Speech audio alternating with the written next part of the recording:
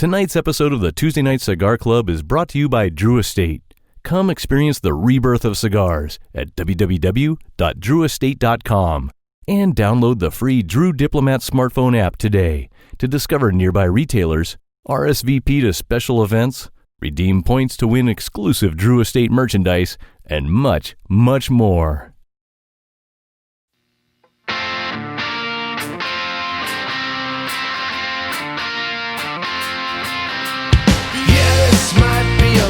Mistake, but I'm having too much fun to wait. Flag her down when she comes back by. That one's yours and this one's mine. Bring another round. Bring another round. Bring another round. Bring another round. Bring another round. Bring another round. Bring another round. Bring another round. Bring another round.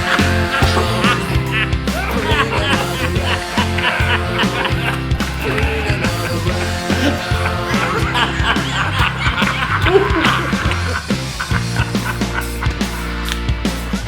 Here's the suckers. Good evening, brothers and sisters of the Leaf. Coming to you live once again from, well, all over the fucking place. It's the Tuesday Night Cigar Club. Tonight the boys congregate once again via live video, thanks coronavirus, you giant asshole, to talk about the brand spanking new horror film Host, while smoking the CAO Session cigar paired with a plethora of tasty craft beers. See what they did here? A film based entirely in a Zoom session paired with a cigar called The Session. Don't try this level of cigar pairing mastery at home, folks. These drunken numbnuts are professionals after all. Which makes the fact that my checks keep bouncing even that much more suspicious. Anywho, it sounds like we're in store for one hell of a good time, folks. So sit back, light 'em up, and enjoy the show. Oh, boys. And I hate to say this, but these kids are driving me bananas, boys.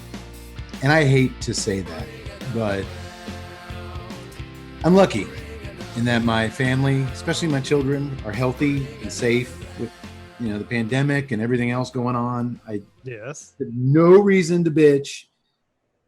But after being locked down at the house with them for almost 6 months straight, 24/7, I'm just telling you three straight up, I'm about to lose my goddamn mind. It's just, and I feel so bad saying that out loud because they're my kids, but I have this ingrained thing where we're just not supposed to exist this way together. But then in a moment the other day, a kind of down moment where I was feeling sorry for myself, I call those every night. I started thinking about it. I was like, well, dude, in the 1800s, families were together constantly. All the time. They worked on the farm together. They worked in the fields together. They homeschooled together. Then they ate every meal together. Slept together. Slept in these tiny cabins on top of each other. Well, not West Virginia style, but separate little beds in the cabin. And I'm just like, dude, this was the only life they knew, and you never saw those dads. I bet they didn't, they weren't bitching about, I never get a break. It was just the way it was. So man up. But then I also thought, I was like, yeah, but the life expectancy of the average dude back then was 50 years old, and I bet he was okay with it. I was just thinking, I was like, didn't they check out around 40? 45, it's like, dude, you're dying. It's like, okay, don't forget to milk the cows. Sayonara, motherfucker, I'm out. They're totally good with it, So it's kind of different, but still, I feel awful saying that. There you're going to be lying on your deathbed and you're going to be like, oh, I've got so much to live for. But then you're going to look over at your family and be, well, I guess this is okay. I can deal with it now. I had a good run. I love my kids. I really do. I hope I live for a very, very long time. I guess I should say that. But it doesn't help too that I'm sunburned to a fucking crisp.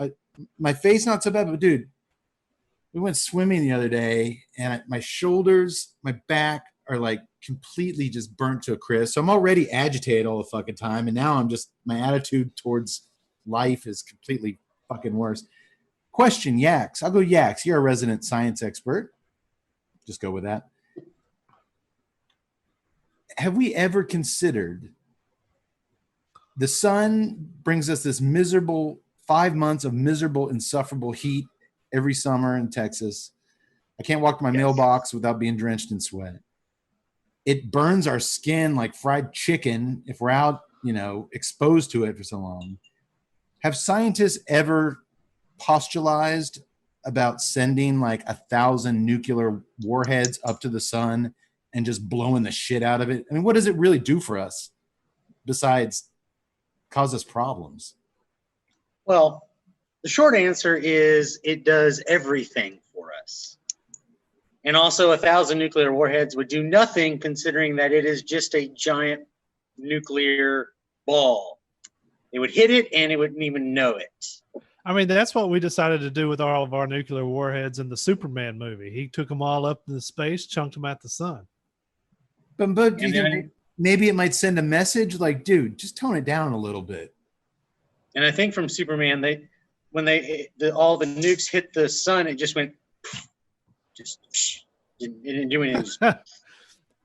It's like dropping a pail of water in the ocean, thinking you're going to drown the ocean. Okay, well, I hadn't really thought it through. That's why I went to our resident science expert. Yaks, do you want that title from now on? I can live with it. I mean, I think the doctor was upset I didn't go to him for a science question. He got up and left. He's gone. Well, and apparently you also said, this is why I went to you, that the sun also does some good things for us that I'm just not aware of. It does everything for us. If it wasn't there, we would be dead. It doesn't take care of my kids during the day. It doesn't make them macaroni and cheese and peanut butter jelly sandwiches every 2 hours. If the sun disappeared in about 8 minutes, the temperature would start to fall. And within 24 hours, it would be freezing everywhere on the planet. I like cold weather. I don't know. Sorry about that. The kind of freezing where you don't live. Oh, like dinosaur freezing. Right. Okay. And because we are as cool as the dinosaurs, we wouldn't turn into oil in a million years for some other society to use.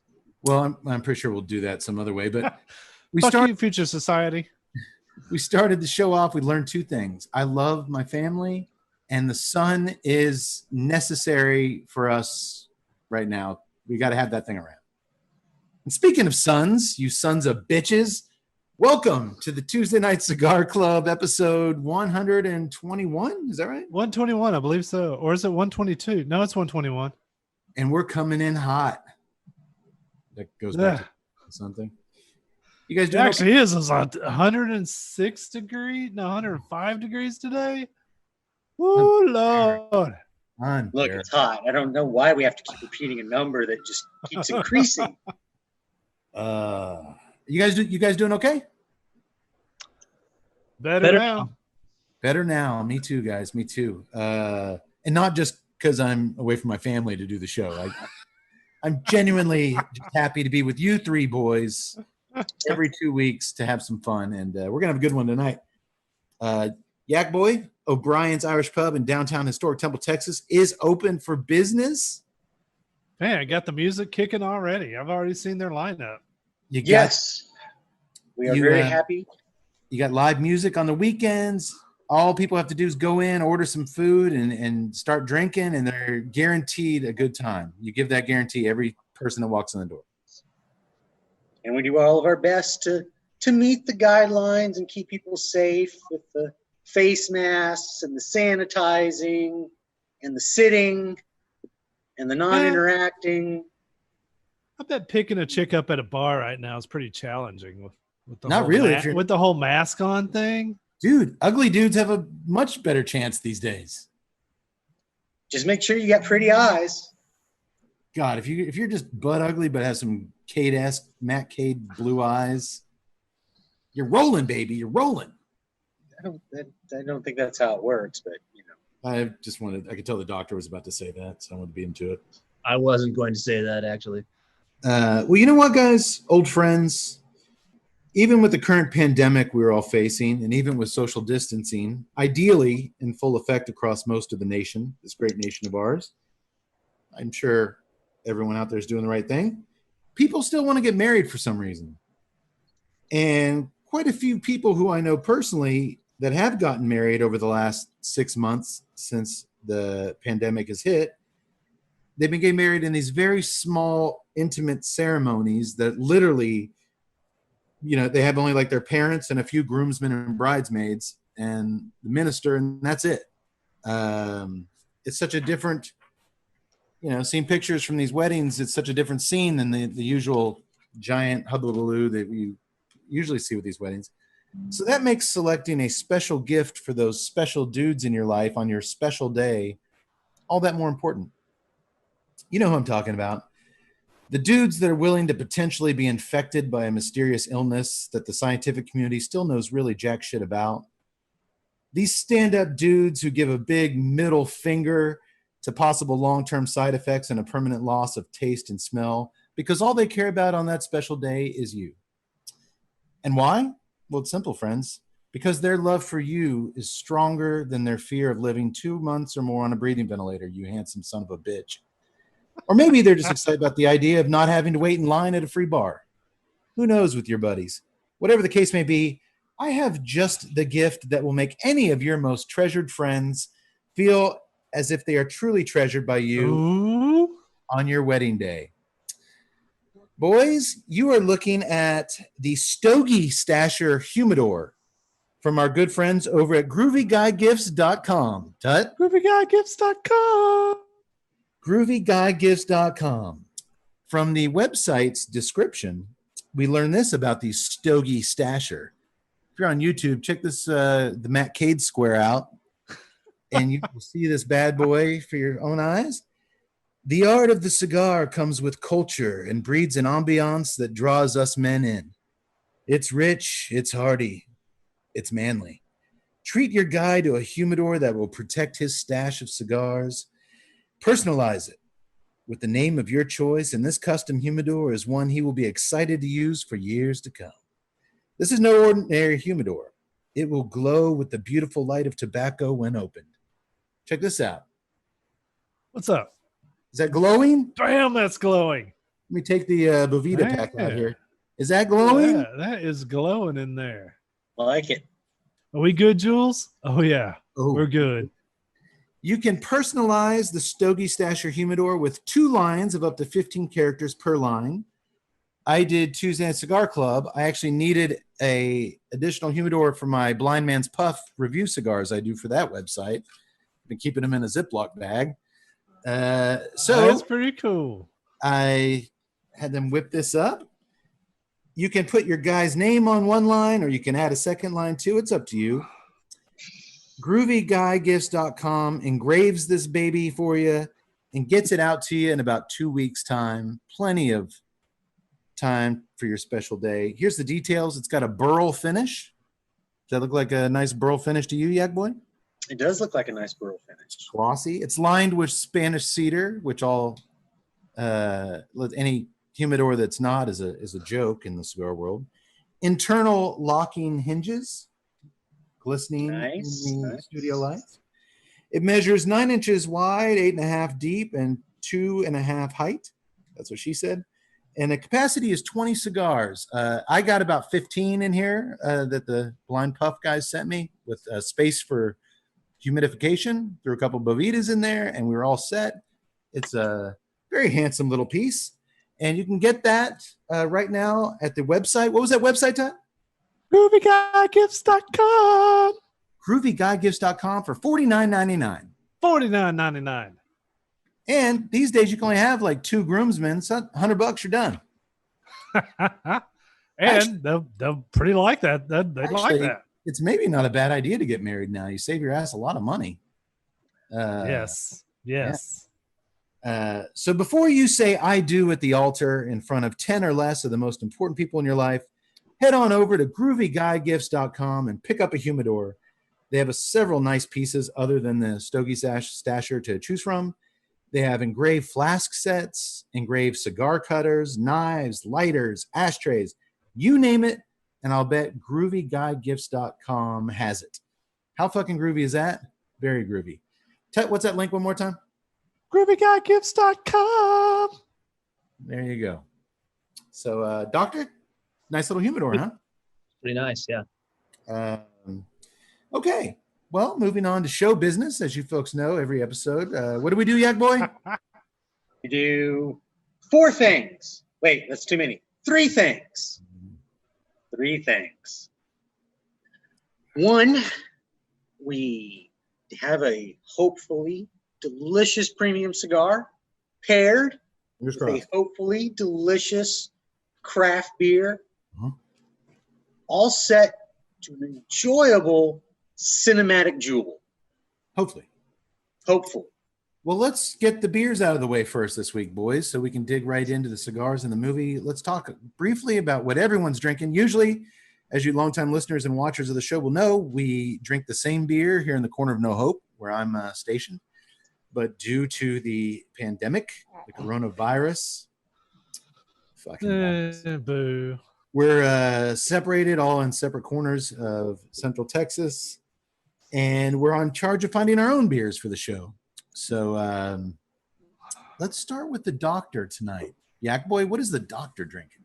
The good doctor is drinking the 90 shilling ale from Odell Brewing. Hey, we had Odell Brewery. We had their Mountain Standard IPA. Mountain Standard IPA last episode. Yes, it was quite delicious. The 90 shilling is a red ale. Has a 5.3% ABV, 27 IBUs, which fits right in with your standard red ale. Odell Brewing started back in 1989 in the wonderful city of Fort Collins, Colorado.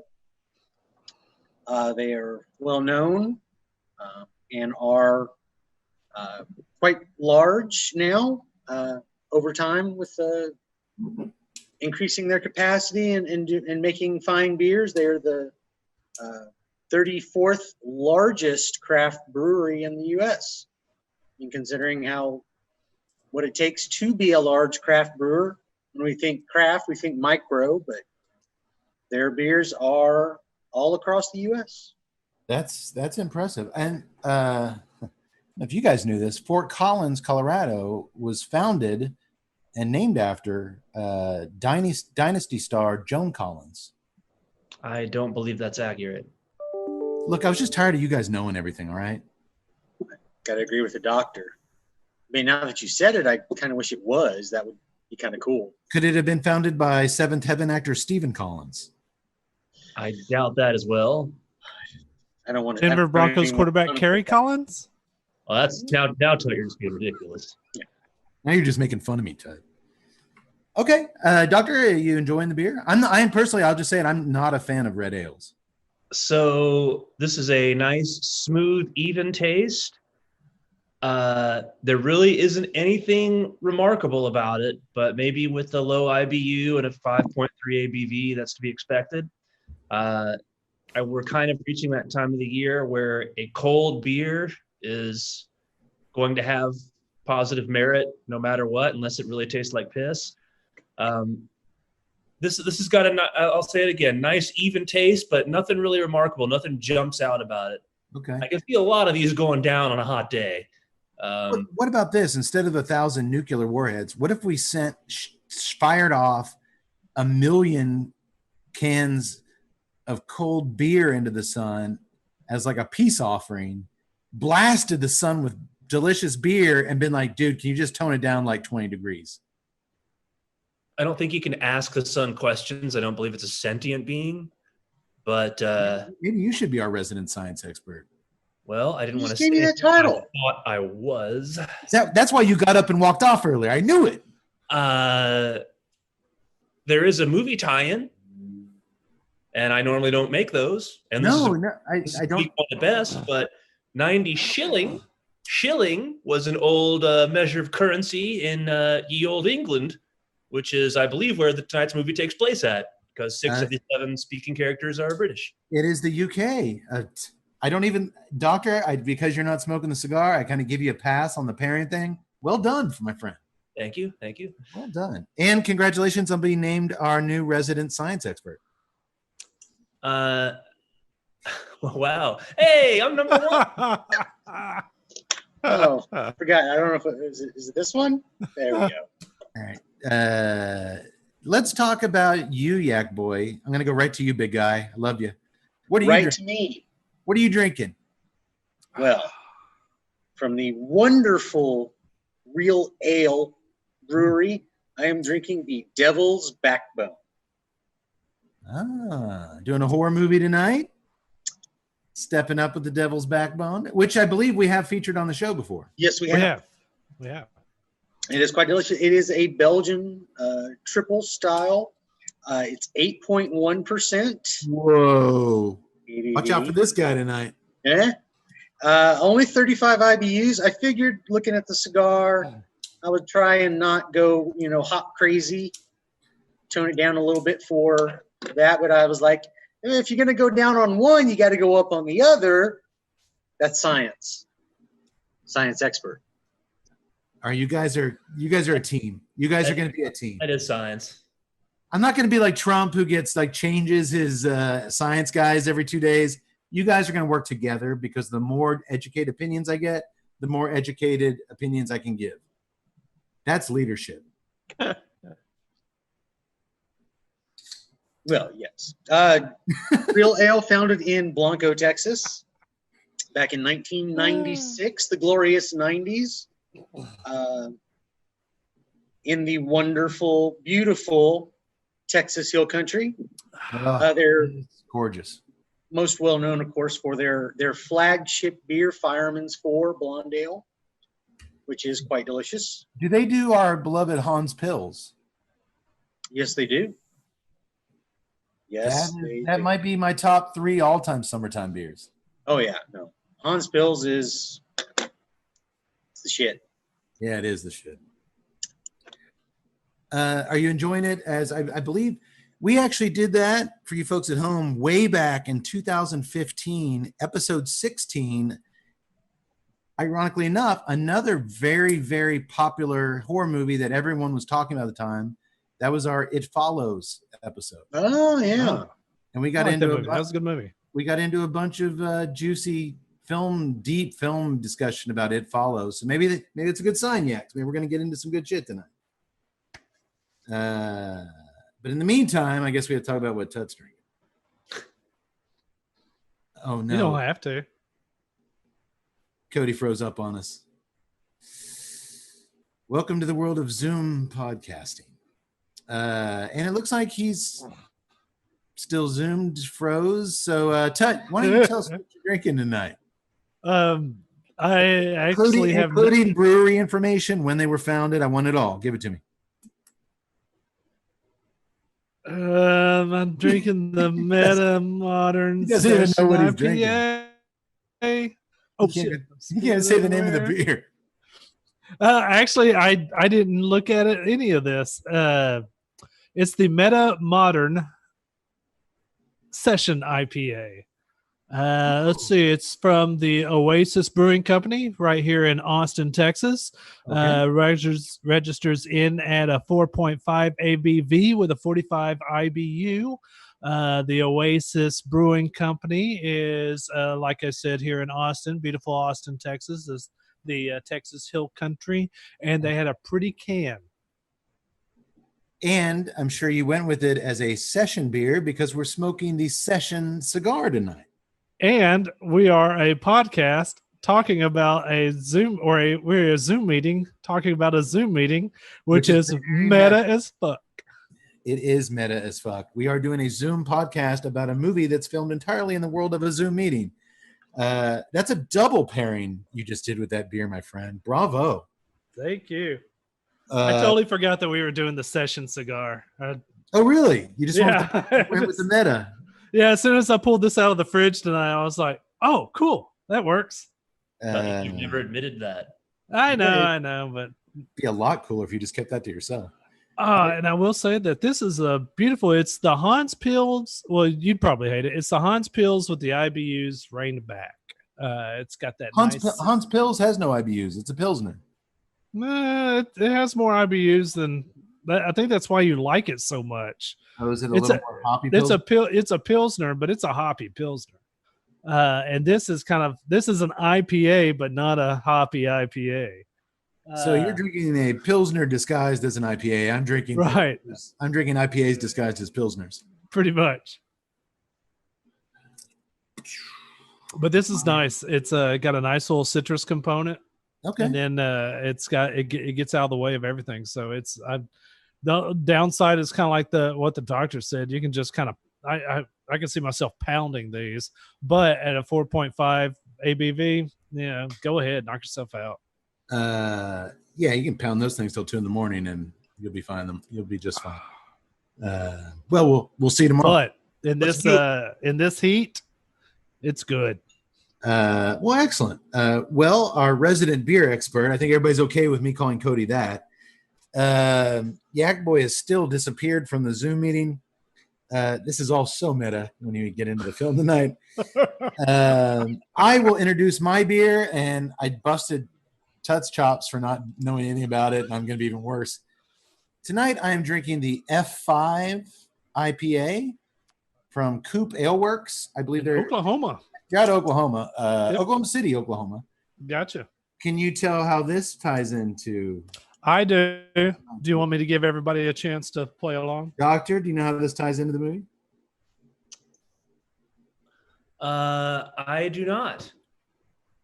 Tut, you took some computer classes in college. Yes, they are. And if they ever go to an IPA, you might want to think about grabbing some. I mean, not an IPA, an IPO, not an IPA, an IPO. Yeah, that's the company. That's the company that makes what we're using to broadcast this. They make Zoom. What? F5 is the company that makes Zoom. I mean, of course I knew that. I picked it because isn't F5 a keystroke on the computer? It is. But they're also they're the company that builds Zoom. So when we get billed by Zoom, we pay F5 Corporation? I guess so. So mine. Let me double check that. I'm pretty sure that's mine. That would mean, Doctor, that my beer pairs 2 ways as well. I did it F5 as a keystroke, and the movie takes place on computers, and you hit F5 on your keyboard. I understood. F5 is a function key. Apparently a company called F5 owns Zoom. Huh. Interesting. I did not know that. And I use Zoom every day. Well, they never show you the... Oh, wait. No, I'm totally wrong. I still count it as a double pairing. Still counts. Yeah, that is totally not accurate what Tuttle said. Okay. Well, I got the keystroke thing going for me. Okay. So I also, this was an easy pick. Yeah, I tied in the keystroke on the computer. Our movie takes place all on computers and cell phones. But I also picked it as one of my, for the last 2 years, maybe, one of my favorite straight up IPAs. It's a good IPA. Even I like it. It is. It hits when I'm not looking for a double IPA. That's kind of what I really go for these days. At the end of the day, I've got a limited amount of time. I just want a really strong. It's got a real nice crispness. It's got a beautiful hop profile. Yeah. And it's just, I think for you folks that care about such things, it is 7.1% alcohol, and IBUs, they listed 85. I think that's a little high, but it is hoppy. I mean, I wouldn't talk so crazy about it if it wasn't. But I would, that's surprising to me to see 85, but maybe 70, 75 tops. But it also, which never makes me not laugh, on the can, I'll see if you can see it here, they have little pictures of like the state of Oklahoma, recycle and all that. And then yeah. What does that look uterus? Like? Yeah, it looks like a little dick and balls. It's a hop. Oh. But then it look like a little dick and balls? Sure. Yes, it's kind of like a Rorschach test. I mean, it might say more about the person who interpreted it that way. Moving on to the cigar. Please, Yak Boy, come save me. When these two smell blood in the water, they tend to go for it. The cigar night. The CAO Session by General Cigar Company. Okay. It is a dark little boy. Dark little son of a bitch. Here you can see it if you're watching us on YouTube. I'm holding the camera. It is a 5 1/4 by 54 Robusto. Connecticut broadleaf wrapper, Dominican Republic binder, and Dominican and Nicaraguan fillers. I'll save price point till later, obviously, like we always do. While all of CAO's traditional premium cigars are made in Nicaragua, I believe at the STG Esteli factory, the Session is made in the Dominican Republic, and I think the last cigar they actually made in the DR was my all-time favorite. Man, this goes back a ways. My all-time favorite CAO, the Vision. I don't know if you remember that, Ted. It came in a white light-up humidor. When you'd open it, it had this blue light that lit up, white band. First cigar I ever got the sense of like real nuttiness and creaminess, and it was almost like smoking you ever have cashew peanut butter? If not, I highly recommend you go buy some tomorrow. Man, it's just a delicious cigar. They discontinued it, and that was the last cigar they made in the Dominican Republic. So we've got a movie tonight that takes place in a Zoom session. Tut's drinking a session beer, and we're smoking the CAO Session cigar. So pairing trifecta complete. So now I'm sorry to say, without Yak Boy with us, we're going to have to light this son of a bitch on fire and judge the hell out of it. Yes. I'm not waiting for him. Are you? No, I'm already 2 steps ahead. Why don't you get started? This baby is sweet on the cold draw. Got a little chocolate on that cold draw, did you?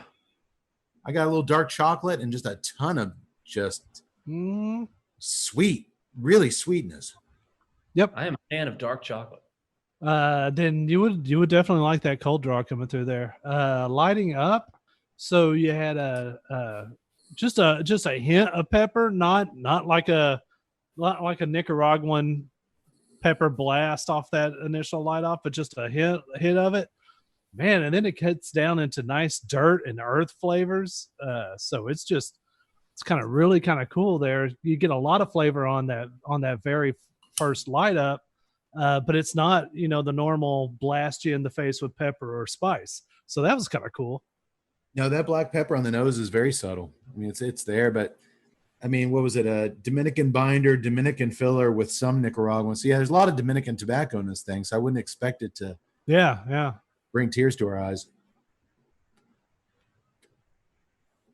Yeah, just a really medium pepper spice on nose, but you're right, earthiness. And lots of it. Lots of it. Yeah, lots of earthiness. It's got a nice flavor just from the first few puffs. I know. It's so off kilter from, the Nicaraguan style that we like, that I'm kind of going back and I'm like, kind of miss that a little bit. You miss what we usually have with the pepper strength bombs, or you're enjoying? No, I'm enjoying this change of pace. Yeah, the body the strength is not there at all, and the body is, man, it's got a little bit of cedar, but that earthiness is really nice. Yeah, and I'm actually getting a little bit of that cocoa from the cold draw. I'll be kind of curious to see how your IPA does, and if it draws out a little bit of cedar in there, because this session IPA, which is not really an IPA, it does kind of draw that cedar out of the cigar. So I'm kind of curious if you mentioned it, and that was before you took a drink, then maybe that cedar is there. I'm just kind of curious to see if it enhances it anymore. I just took a sip and a puff, and it absolutely enhanced the cedar profile. Seems like without the beer, the earthiness and the cedar were kind of dancing partners, but yeah, it does elevate the cedar portion a little bit. Yeah, nothing wrong with that. Tonight's film host from 2020. Man, we haven't done a hot off the press film since I can remember. We've been living in the 80s and 90s for quite some time here, boys. Yes, we have, man. You've loved every second of it, Ted. It's been all right. But when I saw this one and I saw the subject matter and the way in which it was conceived, of course, we had to not wait till Halloween when we usually do our horror marathon. We had to jump in right here and change things up a little bit. Which is odd because that was not my reaction when I first saw what the subject matter was. You were cursing my name loudly and kicking your cats? I was like, oh, hell no. This is a scary movie, and not only a scary movie, but a legit scary movie. It's not one of those horror comedies that I like. This is like straight up scary. They're going for scares here, boys. The host, or I'm sorry, I keep saying the host. It's not the host. The host was a really entertaining Korean creature feature back early 2000s. This is Host, written by Gemma Hurley, Rob Savage, and Jeb Shepard. It's also directed by co-writer Rob Savage. Man, that's a cool name, right? Rob Savage. Sounds like a wrestler. Rob Savage. Rob Savage. Yeah, I wish, I'm going to change my screen name to Cade Savage. Maybe you guys will start showing me some more respect around here. Yeah, well, I'm going to change mine to Gemma Tuttle. That tracks. And I believe it's only his second feature film after having directed mostly shorts over the years. Several of those short films, by the way, starred the leading actresses from tonight's film. So I always like that when directors kind of get this ensemble of actors they work with again and bring them along with them. So you get points with me for that. And at a running time of less than 60 minutes, some might argue that Host is a short film. It's a short film, yeah. I was amazed. Yeah. I didn't see the runtime, and then I had to go stop, and I stopped it, and it was like halfway through, and I'm like, what the? We will dive into that discussion on what running time and how that defines what type. We'll delve into that later. I do want to talk about that, but let's get right into the meat and potatoes of the thing. Before we do, Yak Boy, you just lit up the CAO session. Not to influence your opinion, we got a really subdued black pepper, nothing like the kick in the nuts that we've gotten recently on the show through the nose. And I think we both got some nice cedar, but really a sweetness on the cold draw and some of that sweet dark chocolate on the palate as well after lighting up. So it'd be a lot easier if you just said you got all those same things and we can move on. I didn't. I got none of those. Let me start at the top. It's 27 parts. I've broken it down. It's a 30-minute presentation. Don't worry. I'll shorten it to 28. I'd like to hear the full 30 minutes, Yaks. Damn it, Doctor. No, I can agree with you on that. I'm picking up a little touch of leather. I had really kind of a little strong on the cold draw, up getting a little bit more like a hay and a little bit of the chocolate. But I can definitely agree with you on that subdued pepper. I like that. So good. It's good so far. Obviously, Tud, his beer is highly influencing his cigar because his opinion differs from us. We're on the same page. That's right. And with I'm about an inch into this bad boy, Doctor, mind your manners.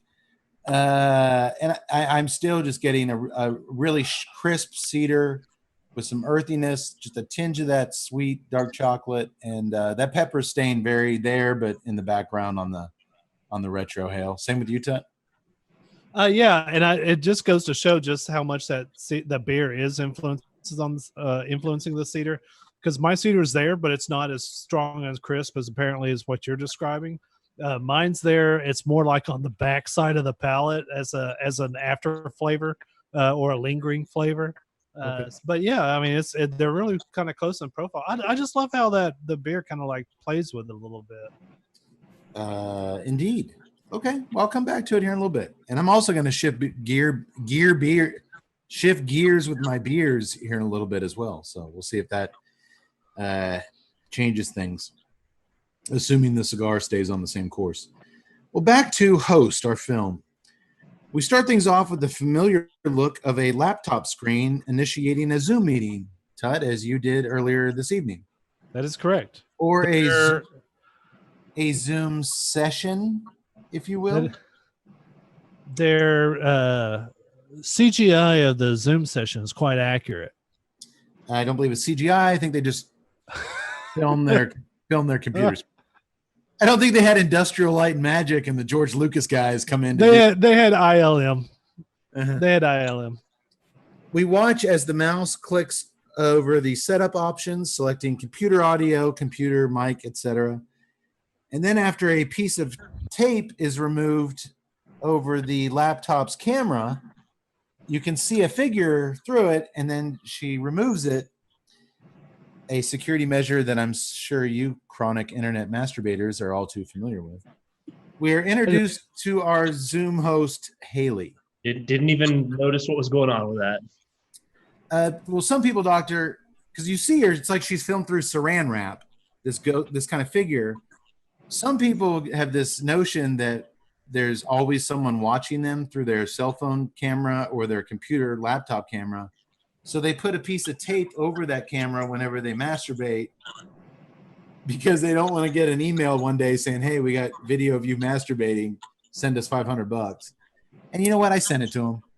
And I just treat it like pictures of my cat. I just turned the camera away. I thought that was a nice. Hey, you know what? A single girl in the big city. Maybe that is something chicks that guys don't think about, but maybe girls. There've been a lot of cases where guys have invaded girls' laptop cameras and taken video of them. And Zoom was notorious for their privacy concerns when they first launched. There was a lot of easy ways to hack into Zoom sessions. So you know what? That was an okay touch.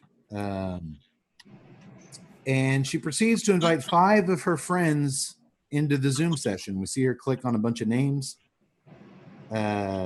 Quirky Gemma. Keep in mind, everything we see in this film is from the perspective of the character's laptop or cell phone cameras. That's very important. Because if you're on YouTube watching us right now via Zoom, this is what the movie looks like. It's a bunch of squares on the screen with people logging in, and that's exactly how this movie is brought to us from the beginning to end. So she invites 5 of her friends. Quirky Gemma is the first to join in, first via her cell phone. She's actually outside Haley's apartment. She throws some stuff at the window, and she got her phone and says, I'm on my way home. And, dude, like a minute later, she goes around the corner. There's a really fun moment, relatable moment, if you've ever Zoomed here, where she's logged in on her phone, and then she logs in, much like Yak Boy did, she's logged in on her laptop and her phone at the same time, and it's making all these crazy noises, and they got to figure it out. But if you haven't Zoomed a lot, those initial kind of trying to figure the shit out, it can get kind of haywire. So I did appreciate that because of our own issues. I think we've finally got it figured out now, as Yak Boy's finally here with us. So, it's taken us a couple months. Okay. Well, as Gemma tries to figure it out, the devices being that close to each other are making all sorts of whiny, staticky noises. Haley is a seasoned Zoom pro, and she seems more than a little annoyed at Gemma's technical issues here early on. She seems like a very highly annoyed person in general, doesn't she? Yeah, she does. She's extremely high-strung. Yeah, like she doesn't have much tolerance for any kind of bullshit. Yeah, it's just like, ease up, man. Just here's a beer. Just chill out. Yes. It's a pandemic. What else you got to do, man? One might say, Tut, just party. Just party, Jim. Haley. Next to join in is the young and bubbly Emma. She's nervous about what Haley has planned for them, but she's assured by the host, Haley, that everything will be just fine. She's done quite a few of these group seances, and they're a lot of fun. Just then, the sexy and spunky Radina logs in. She makes the mistake of coughing, which everyone pokes fun at given the current pandemic. You know, you sneeze or cough in public, everybody gives you the stick eye, which actually, Haley, the stick in the mud, She says a funny line. You have to cover a cough with a fart now instead of the other way around. I thought that was pretty funny. Yeah, I was just kind of like, whatever. Fart, like, it was a good line. Hang on a second. Oh God, doctor, you okay? What? I farted. I'm not sick. I like that line, and I like Redina.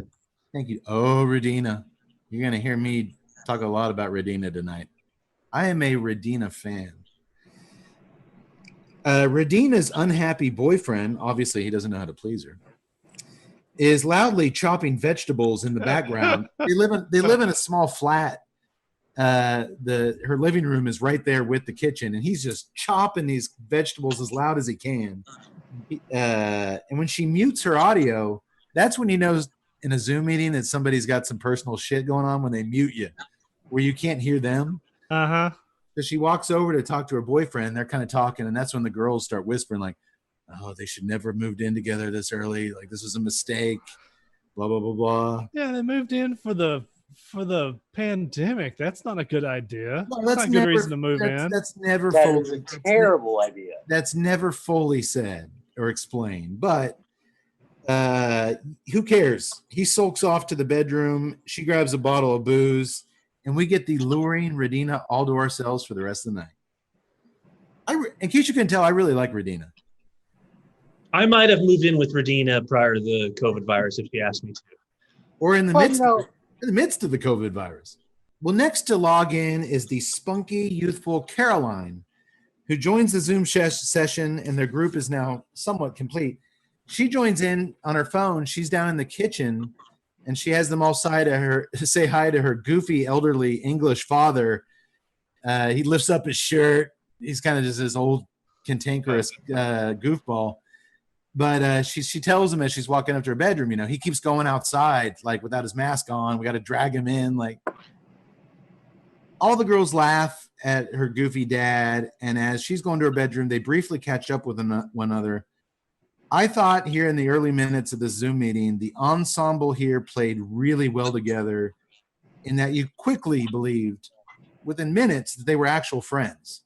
Like, they had at least social friends who maybe go out drinking. They may not best of friends, but you really got the sense that they all knew each other, and that they all knew each other. Correct.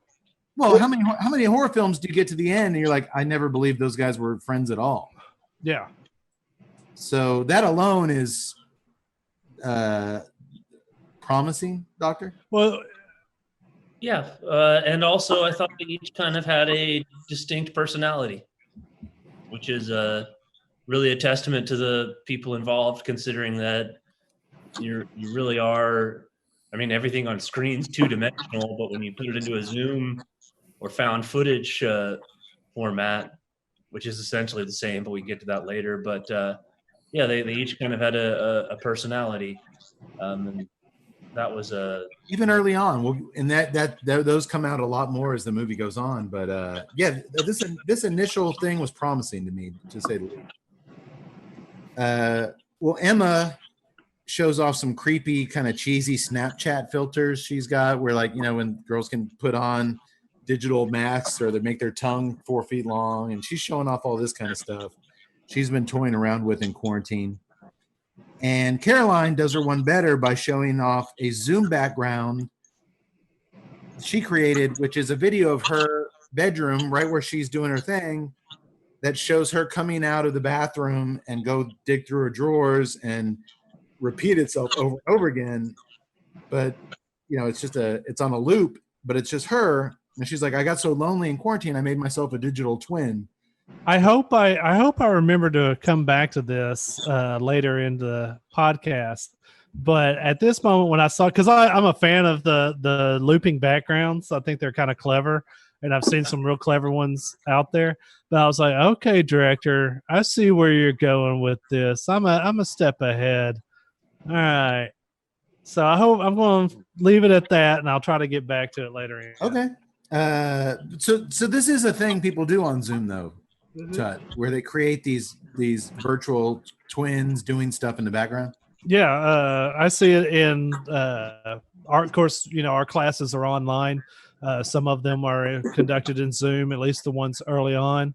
And you get a bunch of college kids with a Zoom, and their creativity on those backgrounds get pretty cool. I even saw one dude with the Brady Bunch background and with his head in the middle. It's pretty dang cool.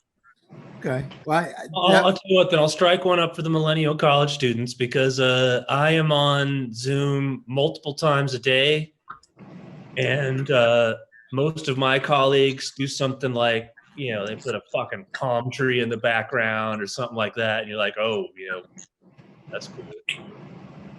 Doctor, I like yours. Just a tasteful painting.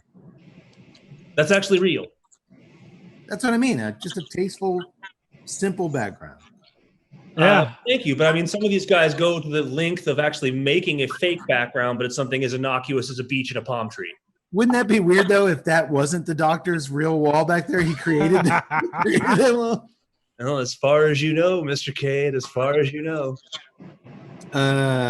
Okay. Well, essentially, we see Caroline on repeat entering her bedroom over and over again, rummaging through her sock drawer behind the actual Caroline talking to the camera. And then finally, the last friend, or chum, as they say in the UK, to join the Zoom meeting is their male friend, Teddy, who, before he logs in, all the girls talk mad shit about his wealthy, possessive new girlfriend, Jenny. Kind of like how we all talk mad shit about Cody before he logged in tonight, but we'll cut that out of the show. He doesn't. Hey, Cody. I'm right here. Still here. Oh, I totally got that wrong. He's okay. I'm used to you freezing and being gone. Damn it. Yeah, I get that now. Skip back, cut, jump back, cut to this. Much like you two talked mad shit about Yak Boy before the show started, and I tried to stop you. Yak knows I never said anything negative about him. But when Teddy science experts, we're a team. Co-science experts don't talk shit. But when Teddy appears and he's chilling by the side of Jenny's swimming pool, they're all happy to see the gin and tonic sipping, man bun sporting lunkhead. They make fun of his man bun, actually, and he calls it a quarantine twat knot, which I will be adopting that phrase from here on out. And Teddy actually does come across as highly likable. I could see chicks having a blast with this guy at the pub. Am I right? I kind of like Teddy. I wouldn't like hanging out with him, but I could see girls like hanging out around him. Which makes sense, because he's got a cute blonde girlfriend who he's hanging out at her wealthy pad, and his best friends are 5 chicks, all of whom are so yeah, Teddy's got something going. And this place is eclectic, this mansion that he's living at. It's her parents' house. And as he takes him inside, there's this massive drool-worthy bar with 1,000 bottles. But they also have all these weird old shit. He shows them this creepy little puppet that they keep, like a lot of weird little things. But they asked Teddy if he brought his item required for the seance. And I'll go ahead. He says, "You bet I did." He actually broke quarantine to go get this, because for the seance, you need to have an item that connects you with whoever you want to talk to on the other side, the other world. And he broke quarantine to go back to his childhood home and get this old music box, which plays creepy music. What childhood music box doesn't play creepy music? And he even as he opens it and plays it, I like this hipster touch. He even takes a hit on his vape pen and blows smoke over it to kind of give it some atmosphere. That was cool. Yes, it was cool on the vape atmosphere. You know but what? At the same time, I'm like going, oh, let's see. Already creepy clown doll, already creepy toy box music.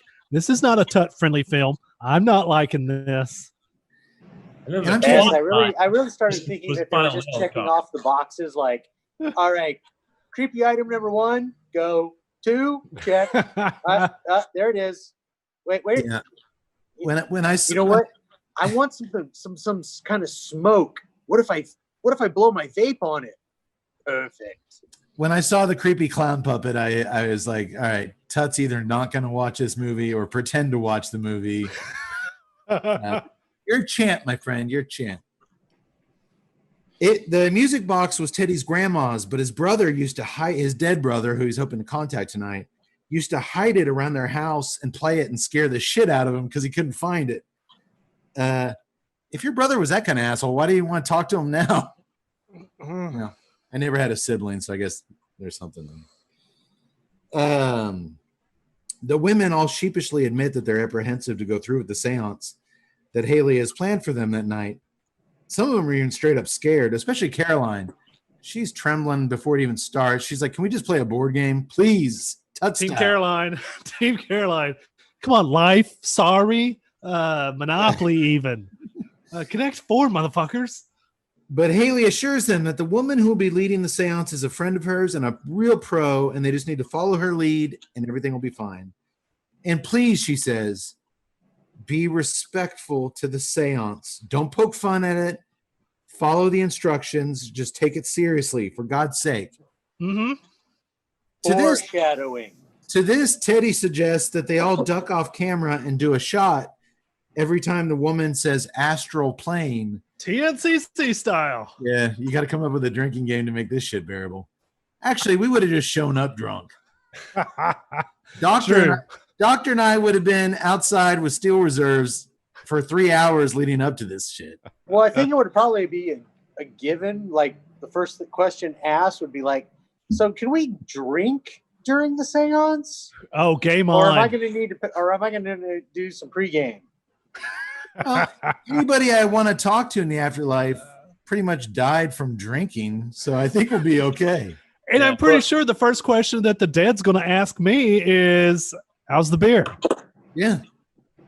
Well, assuming you get to talk to the people you want to talk to, and that's... Listen, if it's not a seance to W.C. Fields or Winston Churchill, there's no point.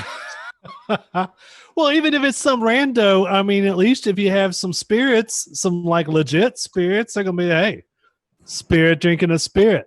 How meta is that? Nobody's ever called Steel Reserve malt liquor a spirit. No, I'm talking about bourbon and stuff that normal people drink. I do think that instead of someone throwing up a rock at Haley's window, you and I would have been out there throwing blue Raz cans up there. Let us in, damn it. Just starting or what? Did you guys bring an item to summon the dead? Just phallic shape. Sir, that's a dildo, sir. I know what it is. We're summoning room 101 tonight. Well, look, when That's Teddy's like planned, like, you want to talk to your grandmother? I want to talk to Oliver Reed, man. Come on. When Teddy's like, hey, every time this soothsayer who's going to lead this thing says astral plane, everyone just step outside your Zoom square and do a shot. Haley is like, stick in the mud, dude. No. But she's like, let me get my vodka bottle. She's all on board. Team Radina, my friends. Yeah. Haley's kind of the K to that Zoom meeting, huh? With all the rules and shit. No, he is. What? Is that how you guys? Oh, I thought your thing froze. It was. Haley would never chug 3 beers in a Zoom session. Oh, yes, she would if she was trying to be cool. Gentle little ball break in there. Take it easy. Haley would never, ever smash a stinky ashtray over Tut's face. By the way, I'm on Team Gemma. I'll just go ahead and put that out. You like Gemma? On Team Gemma. Well, she's certainly the best actor in the piece. I'll give her that. But more on that later. Okay. All right. Well, everyone else agrees to the shot game too. Astral plane, we do a shot, except Tut, Gemma, who says, you guys can kill your livers all you want. I'll be sipping water. So you guess what, Tut? Gemma's a lame ass. Well, Gemma's actually drinking tequila. She just had it in a water bottle. Now who's guilty of astral projection? Do a shot. He said it. So they all do an initial shot to us. Oh. And no, she's not here yet. The soothsayer's in here yet. Oh, to us and to a happy seance, or happy spookies, as Emma calls it. They do their shot. Haley takes a group photo with her she has a retro Polaroid camera. She photographs her computer screen. Hipster big time. And then it's time to bring on the expert. And before we get into that, I just want to say Tut ain't doing no seance. I am not talking no spookies. The dead can stay underground, and that's where I prefer them to be. I think that went with argument here, brother. Anything involving seance or Ouija board, you can count the doc out. Ain't messing with that.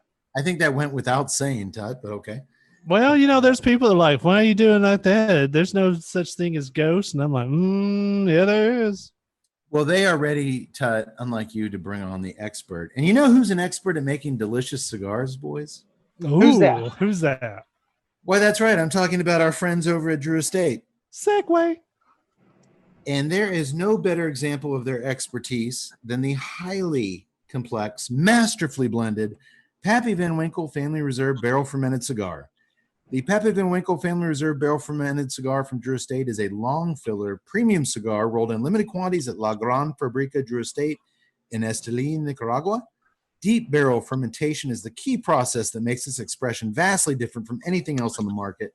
Hand-selected leaves from Kentucky are packed into small torquettes, bundles of tobacco to you noobs, which are then loaded strategically into oak bourbon barrels. Water is then added while immense pressure is applied to the torquettes via railroad jacks. The tobacco is removed 2 to 3 times per year. It's shaken out. Tut, you're doing it. It's repacked over and over again. The total process of fermentation takes 12 to 18 months, leaving a truly unique flavor profile and aroma. The Pappy Van Winkle's Family Reserve Barrel Fermented is now available at brick and mortar Drew Diplomat retailers everywhere. Seek it out. So, speaking of cigars, Tut, I'll go to you first because we're probably a little bit ahead of Yak Boy. I'm almost to the first band. There's 2 bands on the cigar. Yeah. There's the CAO Session band, then there's a secondary band that says sit, smoke, and chill, which is what a good smoking session should entail. What are you getting off this thing? Yeah, I'm not really changing that much. You're getting a nice bit of earth. I get a little bit of Yax's leather. So if you got nice earth and leather flavors across the palate, you get that nice follow-up cedar on the very back of it. But the cedar's kind of died down a little bit. Maybe I'm just kind of getting used into the beer. I don't know. Yak Boy's leather has overtaken the cedar. Yeah. Around the halfway point, it changes gears to leather, earth, cedar to me, with that black pepper maintaining its presence on the nose. That's got that nice little light dill of pepper on the retrohale, on the very top of it, on the retrohale, which is pretty nice. So, I mean, yeah, it's a little flavorful cigar. I do wish that it'd pick up a little bit more in strength, but you know, maybe that's the Dominican that's coming out in it. So, you know, we'll see how it goes. Yaks? I'll have to agree. I mean, the leather component has basically taken it. I do now I got a little bit of cedar, but it has disappeared. I like the retrohale. I'm getting that pepper, and it's maintained now. I'm about halfway. It's gotten just sort of a mild sweetness on the backside, and so I'm liking that. I had that earlier, probably about where you're at, so that makes sense. And it's smoking like a Connecticut broadleaf. It's got really nice smoke production. Oh yeah. So okay, I'm with you, Ted. I'd like to see this thing take a jump up in strength in the last third. Yeah, we'll see. We'll see what happens. Okay. Well, kind of now, like this movie, I will hear what happens, and then I'll hit rewind, and then see what happens. So now an older, very friendly, hippie-looking woman named Ceylon has joined the Zoom session. Apparently UK has old white weirdos like we do. We don't have a... That's where they came from. I thought that was an Austin, Texas thing. Apparently they're over there too. Ceylon admits she's never done a seance using Zoom before. She's used to being in the same room with everybody, but she promises that it should be fine, just fine, and a lot of fun. She makes sure everyone has their trigger objects, like the music box that associate with someone deceased they might want to speak to this evening, and that everyone has their candles lit, which will be used as a guiding focus for the spirits, encouraging them as a beacon to come forward. Oh, hell no. Because, Tut, you want the ghosts to come towards you. Oh, hell no. I'm like, hey, can we do this seance? And one, I don't have a trigger option because this whole Zoom meeting is triggering me. And then two, I'm not going to do that candle thing. I don't want no spookies coming around me. Well, Tut, you don't have to worry about that because you already have a burning cigar. Yes. Smoke emanating from it is a focal point. Okay, but like you said, if Winston Churchill doesn't show up, I'm not dealing with this. The cigar is the guiding light that will bring them to you. Maybe George Burns shows up. What's the matter with you, Tut? Yeah. Well, you can't go wrong with George Burns. He played God twice. It's true. But I'm pretty sure playing God twice gets you sent straight to hell. Well, he also played the devil in the second one. Yeah, that's true. As Emma and Gemma ask Ceylon questions regarding contacting relatives, Gemma asks if her Chinese deceased relatives will understand her because she doesn't speak Chinese. Ceylon, she's got an answer for everything. Yes, they'll understand you just fine. The afterworld language isn't a barrier. The internet's not a barrier. Emma asks if she can talk to her dead pets. Yes, that's not a barrier. Anything goes in a seance, apparently. Well, what's the pet gonna say back, meow? Tut, how bad would you feel if you did a seance to talk to one of your dead cats and they were like, you were the worst fucking owner. Like, we hated frisky food or whatever that is, that shit you feed them. Dude, my cats get the highest grade stuff. That scratch pull was bullshit. Like no, they might say that. I got cat hemorrhoids from that fucking litter box you made me shit in. Well, just during this early conversation, Ceylon mentions astral plane twice, which leads Teddy and Radina to lean off screen like we are right now and do shots. One of those he eggs on. What was that plane called again? Yeah. It's a lot of where are they living right now? That's the Astrid plane? The astral plane, Tut. Oh, okay. Yeah. Yeah, there's nothing going on when everybody just leans off camera at the same time. Yeah, but do they all hear it correctly? The screen was freezing. That was asshole plane. They all do it, and it's driving hate. You can see uptight Haley just hating this. Oh, Kate is just hating this. I mean. Uh-huh. Ceylon tells them to look for a candle flicker, a knocking sound, or even a human touch as the seance goes forth, as that will be a sign that they've made contact. And most importantly, they must respect the spirits and respect each other throughout the seance. But I don't get the feeling Gemma's listening to that. She's goofing around and rolling her eyes. The whole time Ceylon's talking, she's just checked out. She's not on board from the get-go with this. This is where I would not be on Team Gemma because I would be respecting the shit out of those little spookies. Well, rule number one, respect the spirits. Yes. Yeah. I don't know why I started going Sopranos. Respect it. Respect the spirits. Once Ceylon gets everyone to turn off their lights, she tells them, turn off your lights, close your eyes, and begin visualizing the mystic circle. Picture we're all sitting in a circle. It's connecting all of us. Right then, Teddy's drunk, rich, giggling girlfriend, Jenny, pops up in his Zoom square, starts nibbling on his ear, and he bows out. She blows out his spirit candle, and he's like, later, ladies. Time to get laid. And he's gone. And the girls ain't happy one bit. Well played, Teddy. Oh, they go off on this chick like crazy. One of them calls Teddy a knob sack, which I'm going to be calling you in a minute, Tut, if you keep referring to me as Haley. I'm serious. The English have some of the greatest insults. I guarantee you before the end of the night, I'm going to call all three of you a knob sack at some point. Whoa, where did that come from, you knob sack? But Ceylon is an expert, and she calms them down and gets them back on track. She says, visualize us all sitting together, holding hands in a circle, and get focused back on the seance. And they do. Is there anyone there? Please come forward. She tells them to say in unison. Guys, let's all say it in unison. Ready? No, Guys, that's too close. That's too close. One, Too close. Too Dude, close. you guys aren't afraid. Ready? Is there anyone there? Please come forward. Come on. First of all, I've been where Yak Boy is sitting, and I am not summoning crap up there. Something will answer. I wasn't afraid to say it. Is there anyone there? Please come forward, they all say. And Ceylon has them, they all say it together.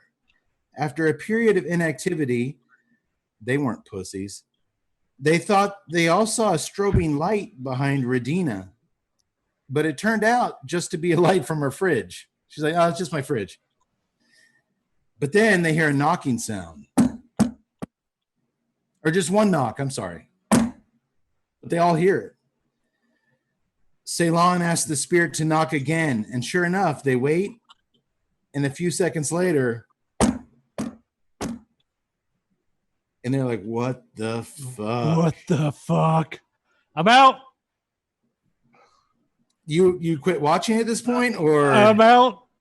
Well, no, I'm actually at this point, I'm kind of like watching like this.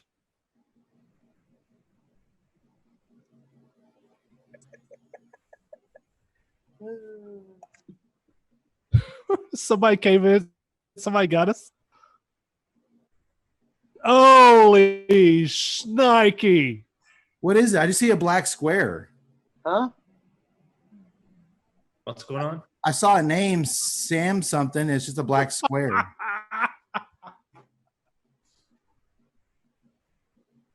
going on?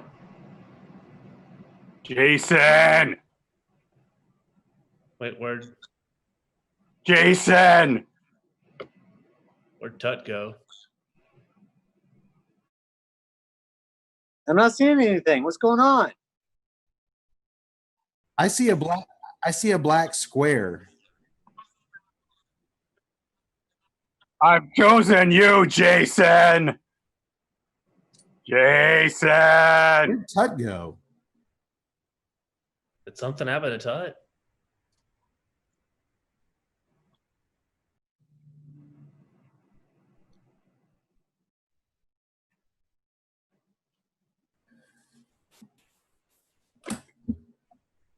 What the hell was that? Where'd Tut go? What's going on? Where'd you go? Where'd you go? I don't know who, what? Where did you go? What do you mean, where did I go? You ran.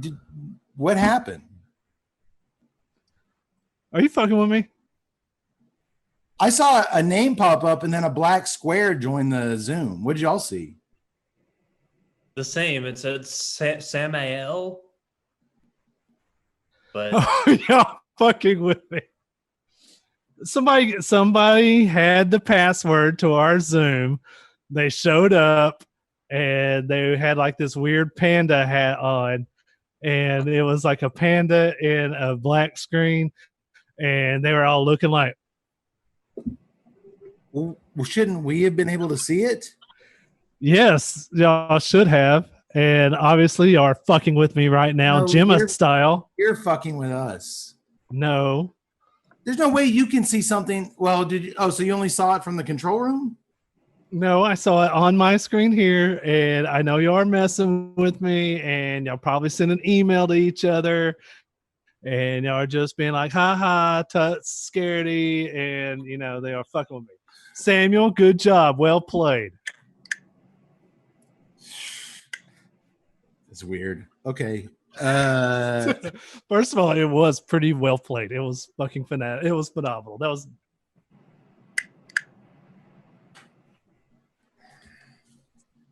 Okay. Let me find my place because I didn't mark it. I was kind of out of sorts. Holy shit! I just saw nothing. Anyway, if somebody What did you just see? Nothing. If no, if something What did you sees just see? What just freaked you out? What's going on? I'm on a tiny screen over here. nothing. No, What did you just see? Nothing. It's my imagination. What did you just see? Nothing. I just saw something go across Mincy's background, but that's my imagination.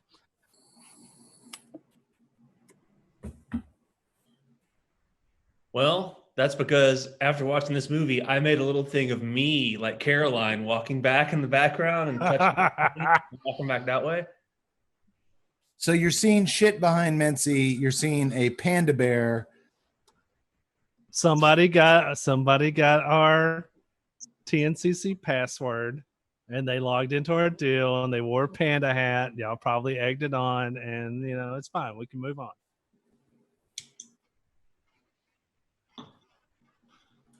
It's weird. And there's shit going on behind me. You even got Doctor, he's seen a million of these films looking behind him. I did thought I saw something go across the background of your screen. Right after the giant panda bear talked to you and didn't talk to any of the rest of us. All right. I will concede that y'all didn't do it. It's in that session cigar there. I will concede that y'all didn't do it. And see, I'm looking at the watch numbers, and I'm pretty sure that whoever y'all hired to come fuck with me dropped off now. But I will concede that maybe y'all didn't have anything if I go into the recorded footage of this stuff and then there's a black box there. The girls are freaking out. Because there's these knocking sounds. Going back to the movie, they're hearing these knocking sounds. And they're freaking out. But not for long. As Ceylon apologizes profusely, it's her dinner being delivered to the door. She tried to get the delivery food there before the seance, but they were running late. So it's just a delivery guy knocking at the door. Professional medium. I thought that was kind of a cheap one. No, I didn't, Tut. I disagree. I thought it was a great move storytelling wise. I thought, because it's way too early in the seance. It's like 30 seconds in and they're hearing knocking, which I think get it right into the plot. No, I think it's way too early to be producing such clear signals. And not only for the girls, but for the audience, I thought it was way too early to give us that kind of knocking. Like, I liked that it was like, oh shit, oh, it wasn't that at all. I thought that was good. As you mentioned, Cade, I've seen so many supernatural movies. So for a second, I thought she wasn't going to come back. Like, she gets up to go dinner. Especially, God damn it, I'm handcuffed here. No, you can do your thing. They're watching now, so I know that they know to come on in. Here's my phone. Here's the fridge. I'm going over here to get a beer. But here's the thing, Doctor, to go to your point, there's a scene here later where we cut to, because on Zoom you can bring in a full frame on a full square, and she doesn't come back right away after she says it's a delivery guy. And I thought that was a great cinematic touch. Yeah, that's what I'm talking about. It's like, oh, we let you breathe, but wait, she's not coming back. That's why it works. Not only did it ramp it up fast and then relax you, but then it kind of like is something. You know what I mean? Okay. And she goes to get her dinner, and they kind of comment on how weird her house looks. And I thought that knock on the door wasn't actually her dinner. She's not going to come back. What's happening here? I'm watching this thing through my fingers anyway, so I'm just tonight or at the well, yes, or what? When was it? Monday, I think I watched this. You posted a picture of you just creeped out of your skin. Yeah, I did not like it. I mean, I liked it. I actually did like it, but I did not like having to watch this. Okay, hands up. I thought it was a really nice touch to be the delivery guy. It would have been way too much, way too soon. I'm not buying that shit. And I was kind of relieved that the director isn't playing us for dummies just as much as the girls are relieved it's Ceylon's Indian food being delivered. You know that was vegan Indian food. Look at that chick. Come on. Funnier, she came in and just set down a big box of hot wings. It was like, look at my dinner here. Dude, a Big Mac. She's just chomping down on it. Well, one of the things I did appreciate at this point is that you've had some audible scares, some sensory scares, like the the chick who was throwing the stuff at the window. So earlier on, you had the thud, thud, thud with the prominent hall closet there that you thought something was going to jump out at, and nothing did. And then here you had. It's one of the things that I found very interesting is that when you're locked into this frame, it's very easy to do a jump scare into behind the frame. Can't even scratch myself. So Tut, then I'm gonna go out on a limb here and guess that you've never seen the original Blair Witch Project. Mm-hmm. I watched the Blair Witch Project. Yeah. And I know you. I'm just gonna go on your reaction so far to this movie. You definitely have not seen any of the Paranormal Activity movies. Oh hell no! Okay. No. The first Paranormal Activity movie, I've seen, I think, the first 3. They've done 6 of them. The first Paranormal Activity movie, and I'm not saying that nothing that they know. I'm not saying there's any dearth of originality here. So much of what happens in the first Paranormal Activity movie happens in Host. Yeah. And they didn't have Zoom then. That came out in 2009. Hard to say, that's over a decade ago. But in that one, it's a guy and his girlfriend. They live in this nice 2-story house in San Diego, and she says she's been hearing things, and so he just gets a video camera that never leaves the house. Right. So in a way, it's very much like, just like you're talking, I'm talking. You see the squares, but there's the one person. From there, it's a found footage like Blair Witch, but the camera never leaves the house. Like, he sets it up in their bedroom. He puts it in different angles, and it kind of creates that exact same. But see, here's where I think, and maybe I'm losing because I haven't seen something like that. But what I appreciated for is that you've got the angles. It is just a Zoom meeting. It is just a screen, and it doesn't swap over to, or it doesn't cut over to a bedroom at a different angle or a kitchen at a different angle. It is just locked in a square frame, except for the few times where they pick up the camera, the laptop, and then go through the house. Which they start. Right. When the intensity kind of and the pace kind of picks up and starts rolling, which is a cool call, but I just kind of like the fact that you're looking at just these 5 frames of video, or these 5 frames, and that's all you have to work with.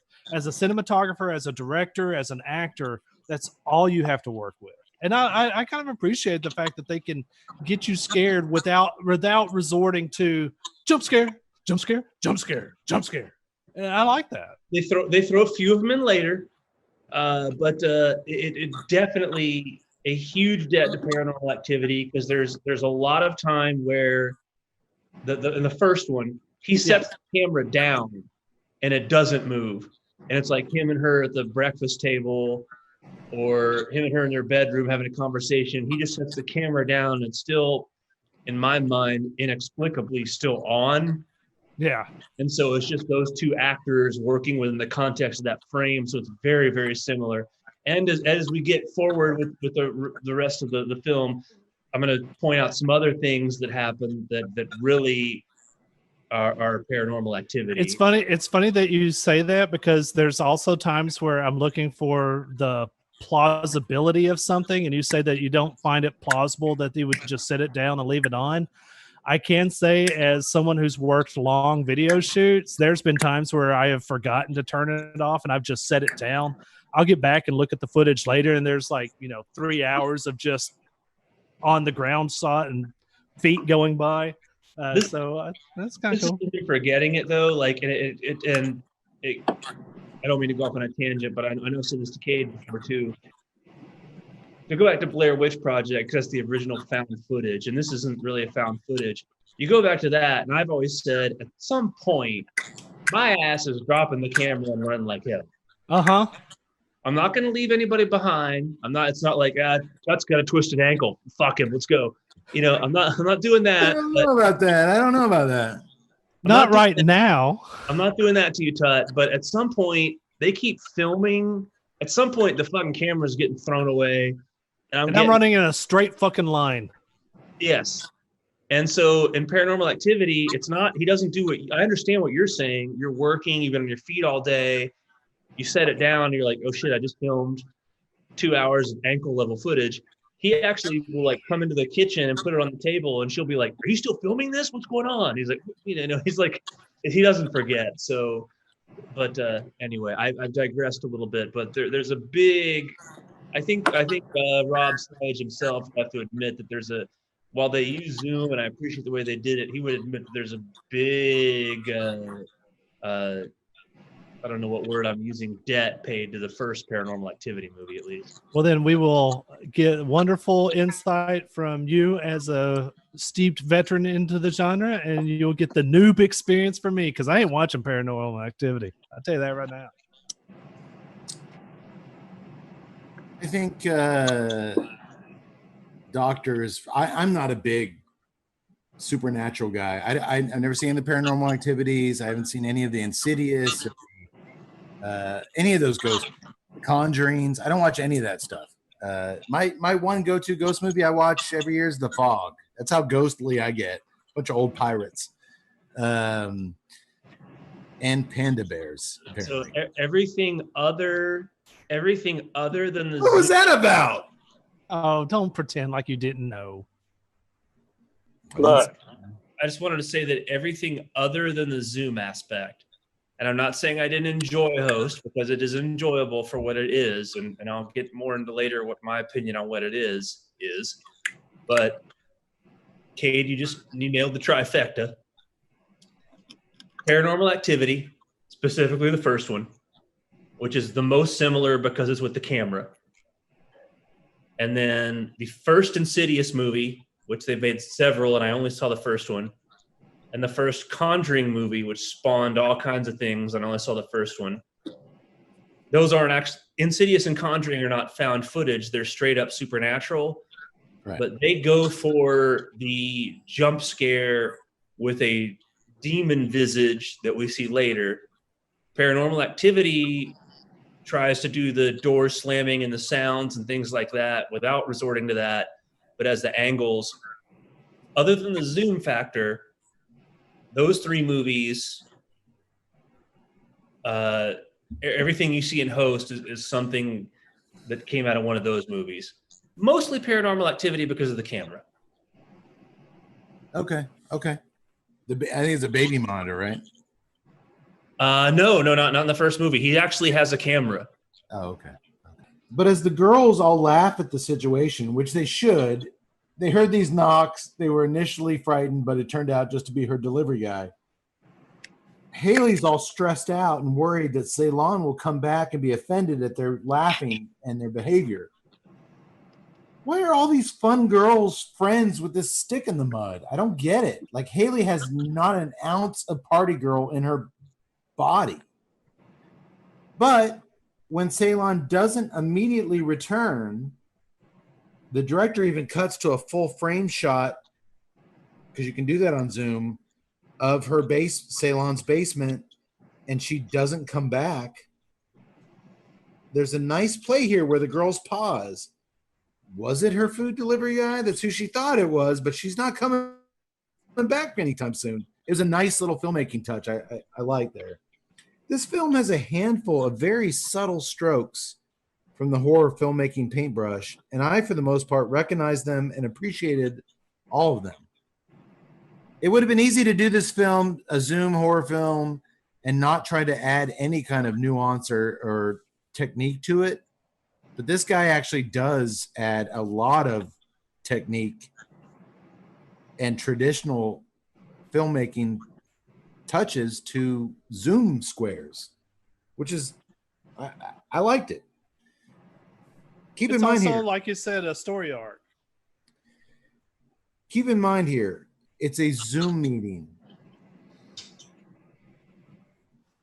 So sometimes we're looking at all the girls' squares on screen at once, like if you're on YouTube watching this all at once. And at other times, a character's individual Zoom scare will take up the entire screen. We don't do that on our show. Like some Zooms, when I'm talking, I'll take over the whole screen. Mm-hmm. But I do that on my classes too. Like if there's if everybody's talking, I'll pop out to gallery view. But when the professor's talking, I'll pop on to the speaker view. Oh, can I do that here where I can just see myself? Well, it wouldn't just show yourself. I'm just kidding. I like seeing the gallery view of all of us. Well, Ceylon does return. She wasn't. It was her delivery guy. She wasn't consumed by the ghosty.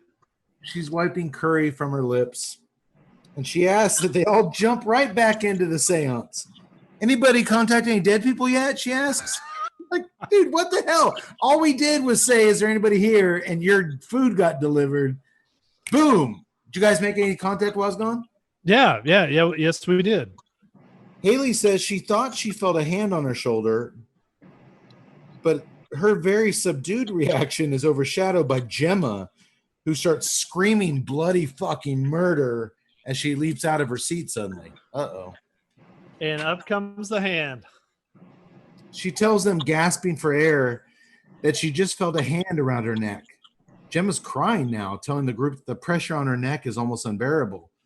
Ceylon calmly asks Gemma to call out and ask for a name of whoever it is attacking her. Hello?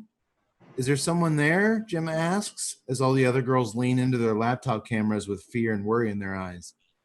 Gemma says,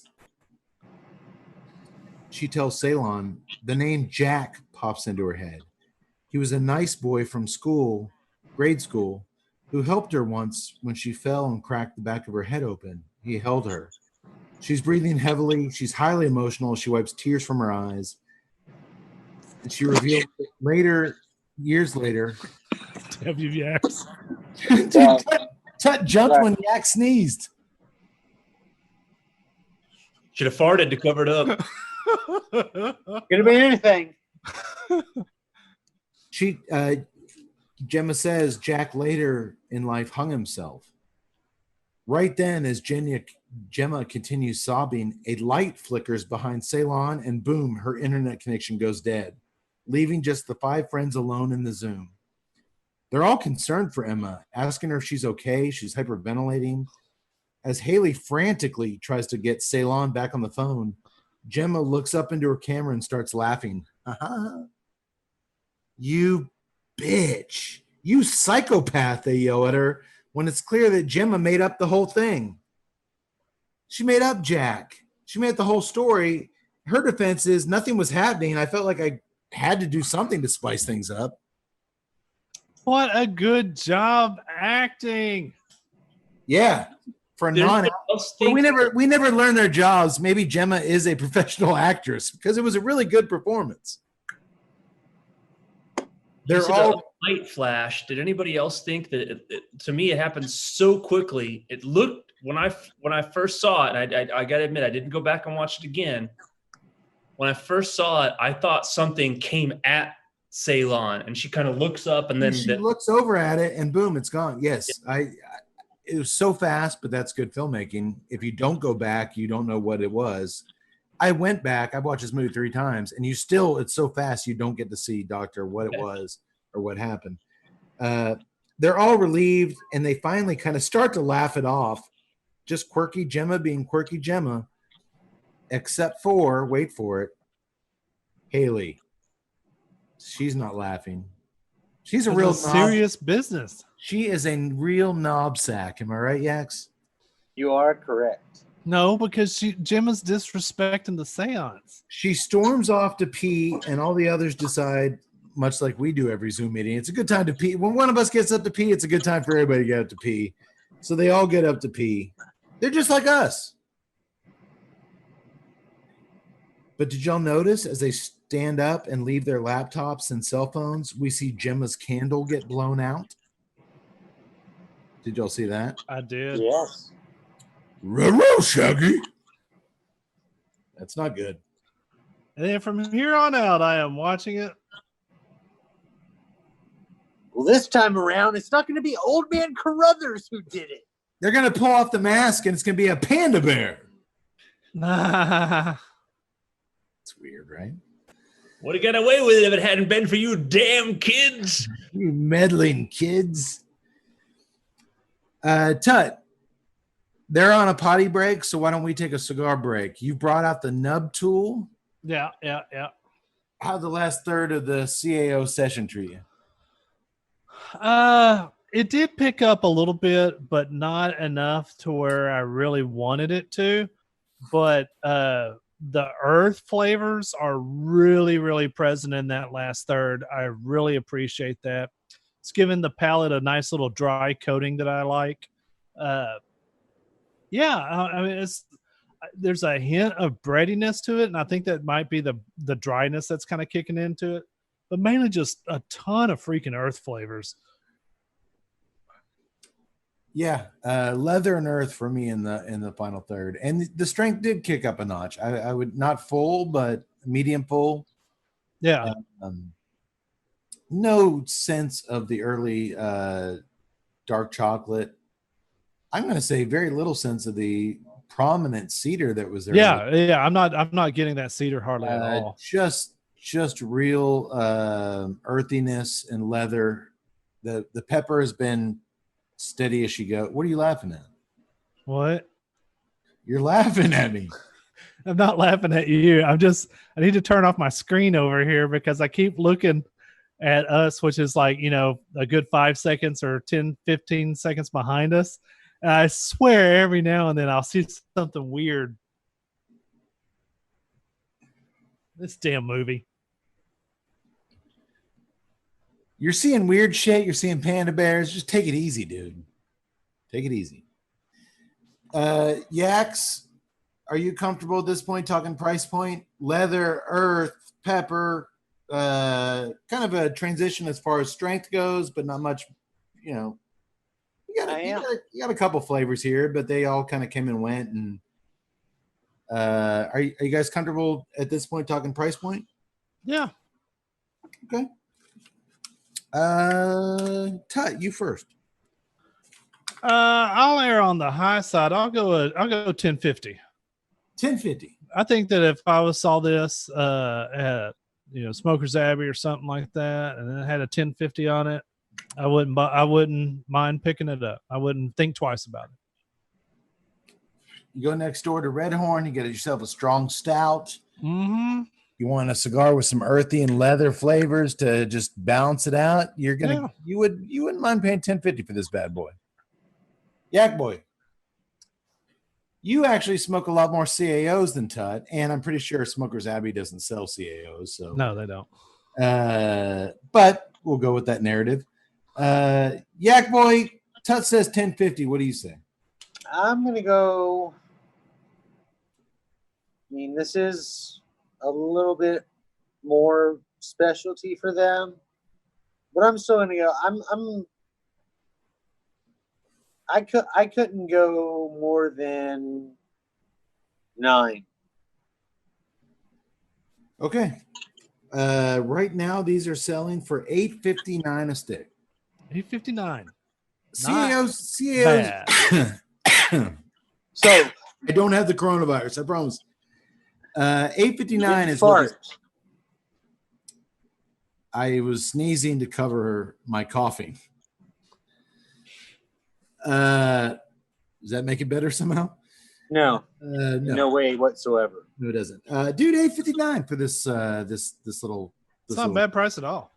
Also, what I heard was that I'm the winner of that because I was closer. I guessed $8.58. You son of a. I think we had a drop in the internet. You missed me say that. But here's the good news, boys. These cigars were provided to us by General Cigar Company for review, but you can find them on sale right now at famoussmokeshop.com. And by using promo code TNCC20 at checkout, you can knock that price down to $6.20 a stick when you purchase a box. That is a damn good deal. I like it. You're welcome. TNCC20 is the promo code. And if you're too lazy to enter TNCC20 in the promo code, all you got to do is go over to the Tuesday Night Cigar Club website. I know you have that bookmarked. And then click on the Famous Smoke Shop banner, and it will automatically enter that promo code for you. There you go. Good job, boys. Okay, back to the movie.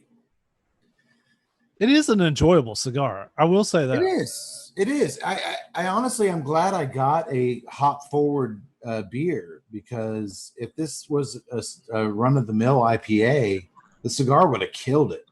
Yeah. I needed that. I needed that bolt. They say 85 ABUs. I say 75. Potato.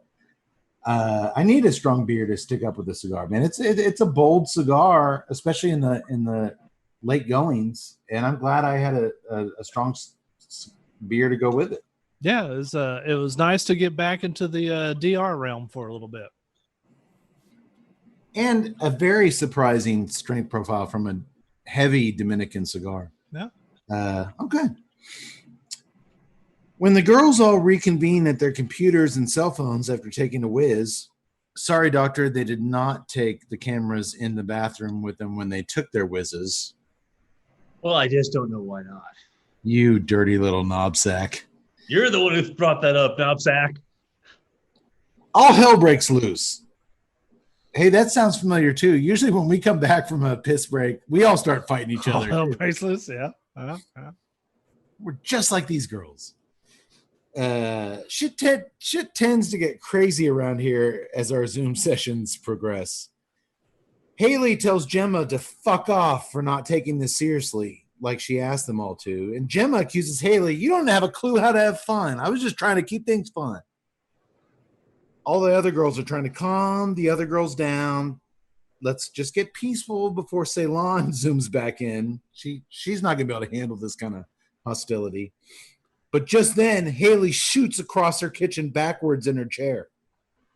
Not like something you could do with your feet in a chair, like this. It wasn't like a Bruce Lee punch. He gets jerked like 30 feet. Her chair shoots back a good 10 yards.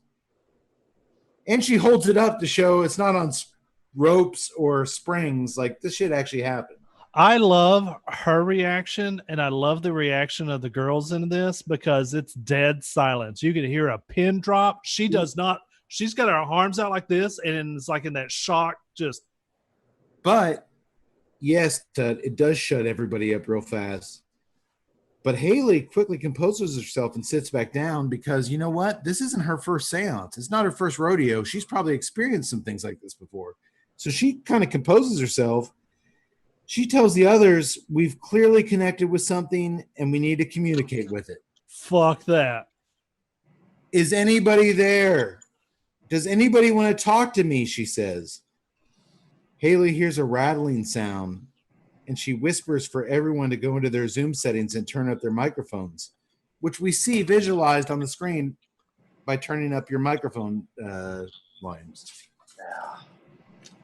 Haley asks again if there's anybody there, and we hear a hollow breath next to her as she quickly stands up and starts walking through her apartment with her laptop out in front of her so we can see what she's doing.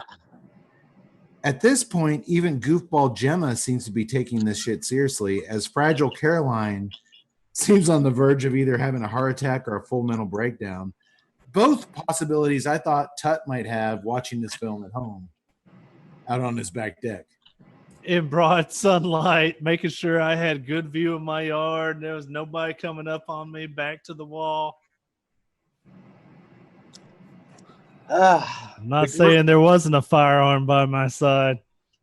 The girls all bite their nails and nervously look on as Haley makes her way through the apartment, opening doors and following the faint creaking sounds. They all hear a loud thud and gasp, but Haley's quick to tell them that noise did not come from inside her house, causing all the women to look around their respective apartments in a panic. It turns out the loud thuds are coming from poor Caroline's house, the most fragile of the bunch.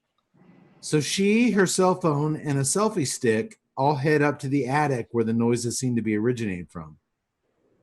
Really good use of editing cuts here, from the full-on shots of each girl bearing their heads in their hoodies to a full zoom 5-square shot, which I'll call master shot in this film when you see all 5 of them. And then back to each girl, and then back to full shot screenshots of Caroline exploring her attic.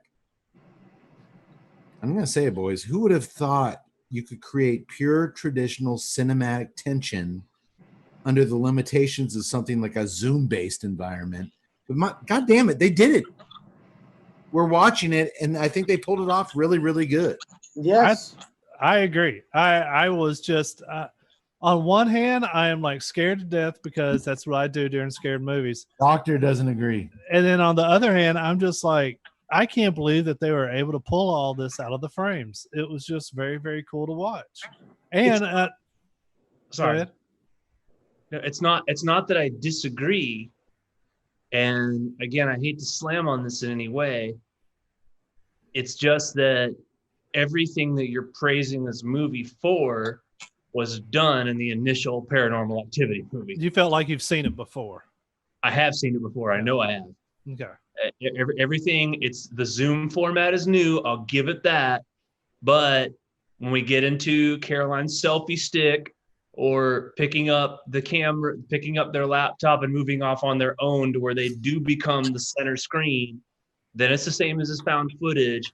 And all of the stuff that they're doing with the noises, the things moving, and on a shoestring budget too. I just saw it in 2009 in Paranormal Activity. Yeah, so it would be kind of like if I had never seen a found footage movie before, talking about how cool it is, but then you're like, well, it's the same thing as Blair Witch.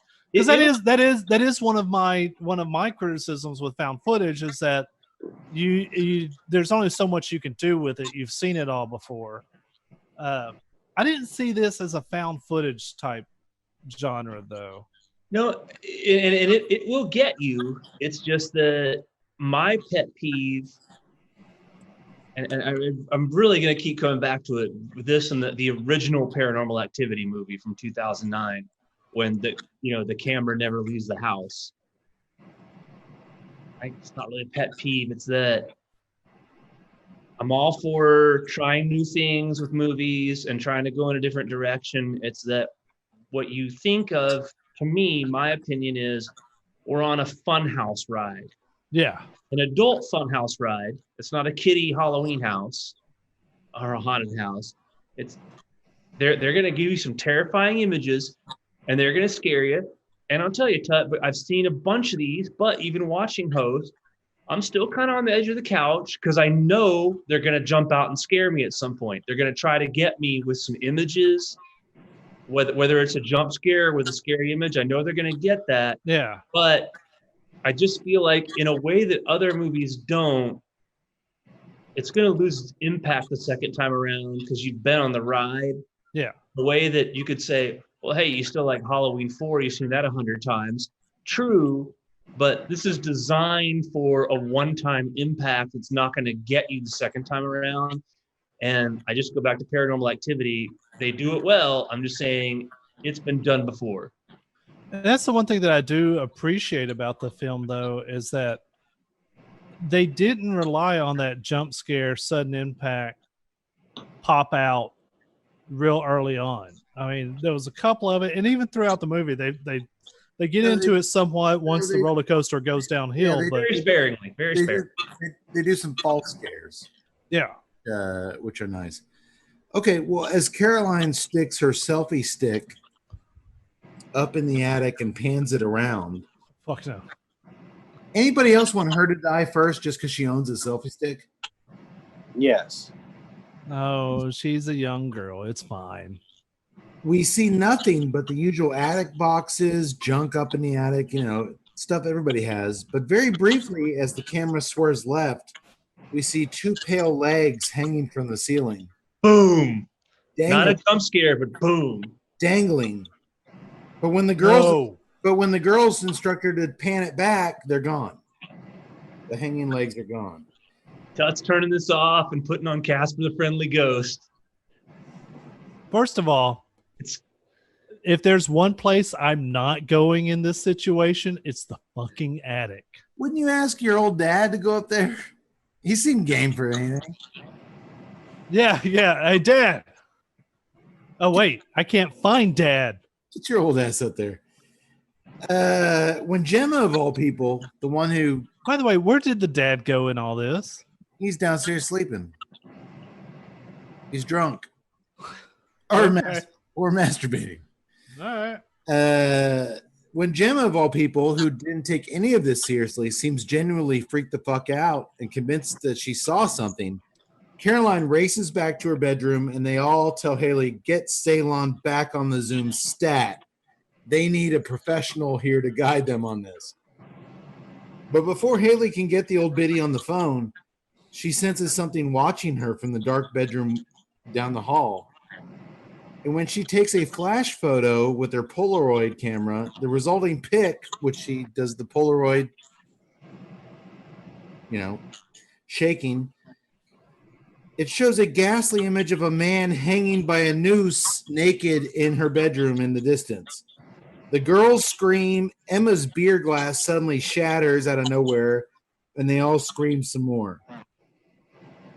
I'm out.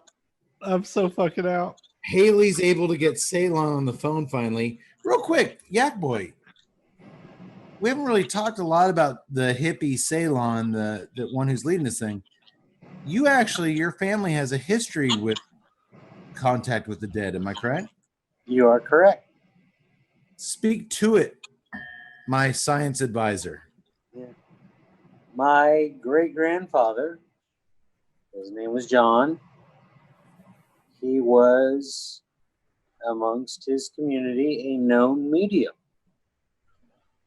People who wished to commune with the dead went to him. And he made that happen.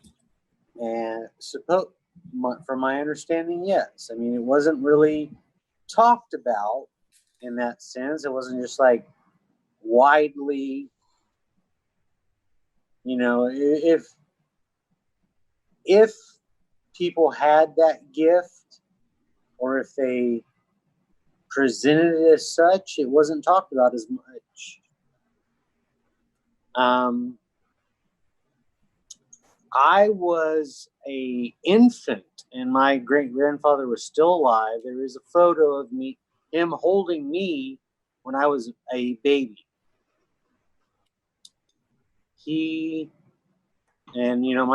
My father still he talks about him in that sense that, his grandfather, John, was just, sometimes he was a little different.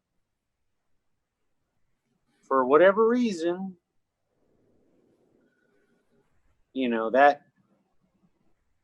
that's one of those things. That's why I say, even now, and when I jokingly, respect the spirits. Next time I see your dad, I'm grilling him about this. I've got so many questions. Oh, he will talk about it. Even now, I mean, my dad will say he's had those moments. Something. I'm just saying there's a lot of stuff that can't be explained, and that's your answer. Did John ever talk to a panda bear? He possibly may have. I didn't know him. I was an infant, literally. But that none of us saw except Tut. Oh, y'all are ganging up on me. It's fine. I'm a big boy. I can take this. My father, from time to time, he was like, it's that same phenomenon you get when there's a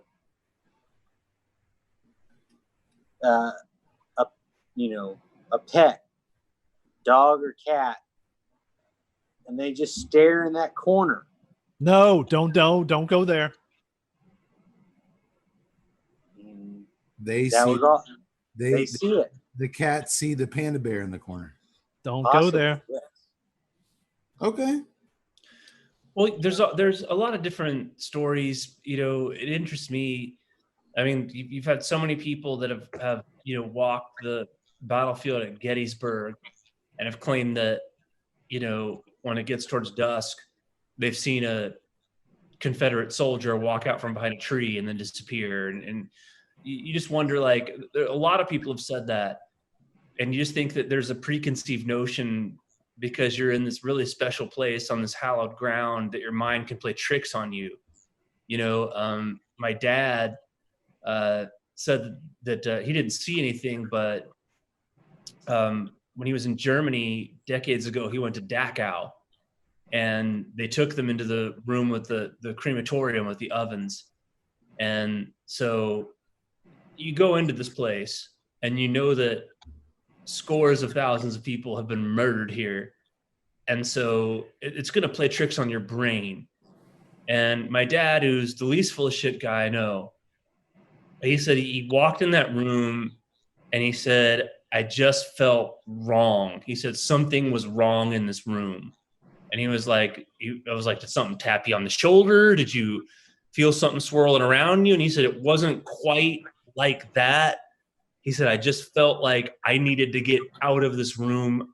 This was a bad place for me to be. And he said, the minute they walked back out of the crematorium or back out in the sunlight, it lifted off his shoulders. And I'm like, there's probably a good psychological mental reason for feeling that way, knowing what happened in there. Yeah. But he was like, he was like, but just felt like I just had this feeling like I shouldn't be here. I can't be in here.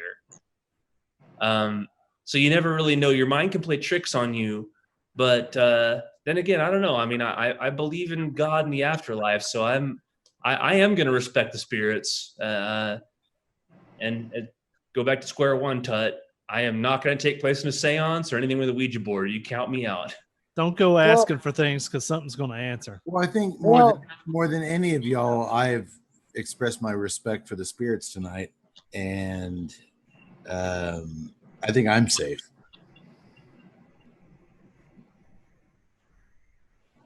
Well, like Nancy said, we don't talk about it, but even now,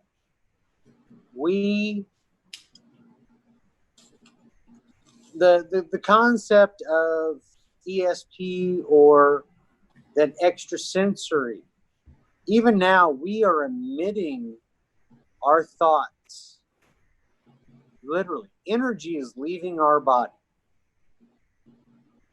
And those signals, some theorize that they can stick. They can hold in a place. Because, I mean, literally, the concept of reading one's thoughts comes from the fact that we are emitting energy. Our bodies are shooting out energy. Mm-hmm. So. Okay, I just looked up. That energy can take a form. I just looked up. The name we saw on screen, Samuel, spelled weird, Samael, is Hebrew. It means venom of God, poison of God, blindness of God. It's an archangel who is the accuser, seducer, and destroyer in Hebrew folklore. Although many of his functions resemble the Christian notion of Satan to the point of being sometimes identified as a fallen angel, he's regarded as a destroyer of sinners, but not Satan. Okay. Uh-huh. Well, we just saw a name on a screen. I guess somebody on YouTube got clever. Yeah, I'm just saying that you have a talent for backstory. It's fine. Well, as I said, Haley's able to get Ceylon on the phone, and she tells her that they've had some interesting experiences since they were disconnected. And Carolyn is quite upset, and they'd like Ceylon's help in calming her down. That's the understatement of the century. Do you know what I would be like on this Zoom meeting at this point? Interesting experiences is an interesting way to put it. I would have started off the conversation with the photo I just took of the ghost hung by a noose in my bedroom, but that's just me. Or the chair that slid you across the room 20 feet? No, we had some interesting experiences, and Carolyn's a little upset. Could you help her? Ceylon says, hey, it's good that you're having some interesting experiences. After all, that's why we're here. It's probably just Gemma's friend, Jack, trying to relay a message. To which Haley says, was it Jack, Gemma? Did you ask if it was Jack? Dude, she's such a Tut style. Was it? Was it Jack? Well, they tell Ceylon that Gemma made up Jack. Oh boy. And Ceylon tells the girls that because Jack doesn't exist at all, they really fucked up. Because that means they disrespected the spirits, and this isn't good. This isn't good at all, Doctor. Jaws style. This isn't good. This isn't good at all. Good. This isn't good at all.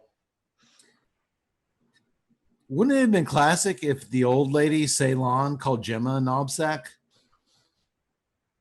Oh, Fucking knobsack. fucking knobsack. I just love calling people knobsacks. But what is good, she says, between bites of her delicious butter chicken masala she's feasting on from the Indian food delivery guy. No. Their situation's really bad. By inventing this person that doesn't exist, they basically summoned a false spirit. They've created a mask to enter their world, and now anything can come through and wear that mask. If they're lucky, it could just be another harmless spirit. Caroline urges Haley, ask Ceylon, what if we're not lucky? Like, what does that look like? Well, then it could be something demonic. That's not good. Doctor, that's not good, No, right? no, demonic presences are not good. Perhaps Ceylon? a devil. Ceylon says Devil's backbone. Ceylon tells them Gemma has just sent out an open invitation, and they need to shut this down right away. Way to go, Gemma, you knobsack. Thanks, Gemma. It's kind of like when Tut invited Sam L into our thing tonight. I did not. You're the only one that saw him. Y'all are all ganging up. Ha ha, look at Tut. Ha ha, it's fun. Did you guys see a giant panda bear? No. Doctor, did you see a giant panda bear? I saw a pink elephant in my living room, so I'm probably not one to ask. Just give it some vodka. He'll be all right. He seems to be resting silently. Ceylon has the girls ask in unison if the spirits have a message for them, and Haley's lights in her apartment flash. Ceylon says, despite the girls screaming, that's a good sign. She then has the girls ask if the spirit is a friend, and all the lights in their home simultaneously frizz out, like violently frizz out. Like, no. And Ceylon's cell phone is conveniently cut off again. They've lost the only communication with the one who can possibly help them. I want to go ahead and interject here. This from Ceylon coming back, I think, is the weakness of this actress in this role. She plays a really cool hippie chick, but like when shit's going down and there's a possibility of a malevolent spirit on the line, if she has experience in this, you would think that there'd be a little bit more urgency with her. But they haven't been totally forthcoming with Ceylon on what they saw. They didn't mention the hanging Polaroid video. They didn't mention. Okay, all right. I'll give her a break then. They didn't mention Haley flying across the room in her chair. They didn't mention any of the hardcore shit to Ceylon. Which is something that Tut would have done immediately in a very girlish voice. You won't believe what I saw. There was a fucking dead guy hanging there. It's some motherfucking shit. Correct. Actually, you wouldn't see me. I would have been fucking out of that place. Now everyone, I would have been like a fucking coach in Poltergeist. I'd been down at the Holiday Inn. Now everyone is shitting their collective yoga pants, especially Carolyn and Gemma. That asshole. But you know what? She is a great Gemma, a great movie asshole. The actress really nailed every part of her performance, from the one who wanted to send some emails early on to annoy Haley, who screwed everything up by making up Jack, to then transitioning to a believer and fondness. Gemma's the best actress in this movie. She's great. I liked her a lot. Bravo to the actress playing her. She covers the span and she covers it well. I actually thought all the actresses did fine jobs. I mean, they all Gemma brought their little takes on it, and I liked it. They did, but Gemma had the hardest role because she had to play both the asshole and then the comeuppance victim, and she had the most range, and she did it great. Haley tries to improvise things since Ceylon's not around from things she learned from previous seances. She tells them, imagine a rope around our waist, and we'll all apologize to the spirit for confusing it, and then we'll cut that rope, blow out our candles, and it'll all be over. But there's 20 minutes left in the Zoom meeting, so you know that shit ain't over. Well, once they turn their lights back on and ask the spirit if it's still there, and they don't get a response, they breathe a collective sigh of relief. For the first time tonight, they breathe, they're okay. Haley musters a smile. Well, it was exciting. Her first smile of the night. That's something my hungover ass would say to you guys the night after me just totally like taking you guys through some nightmare shit.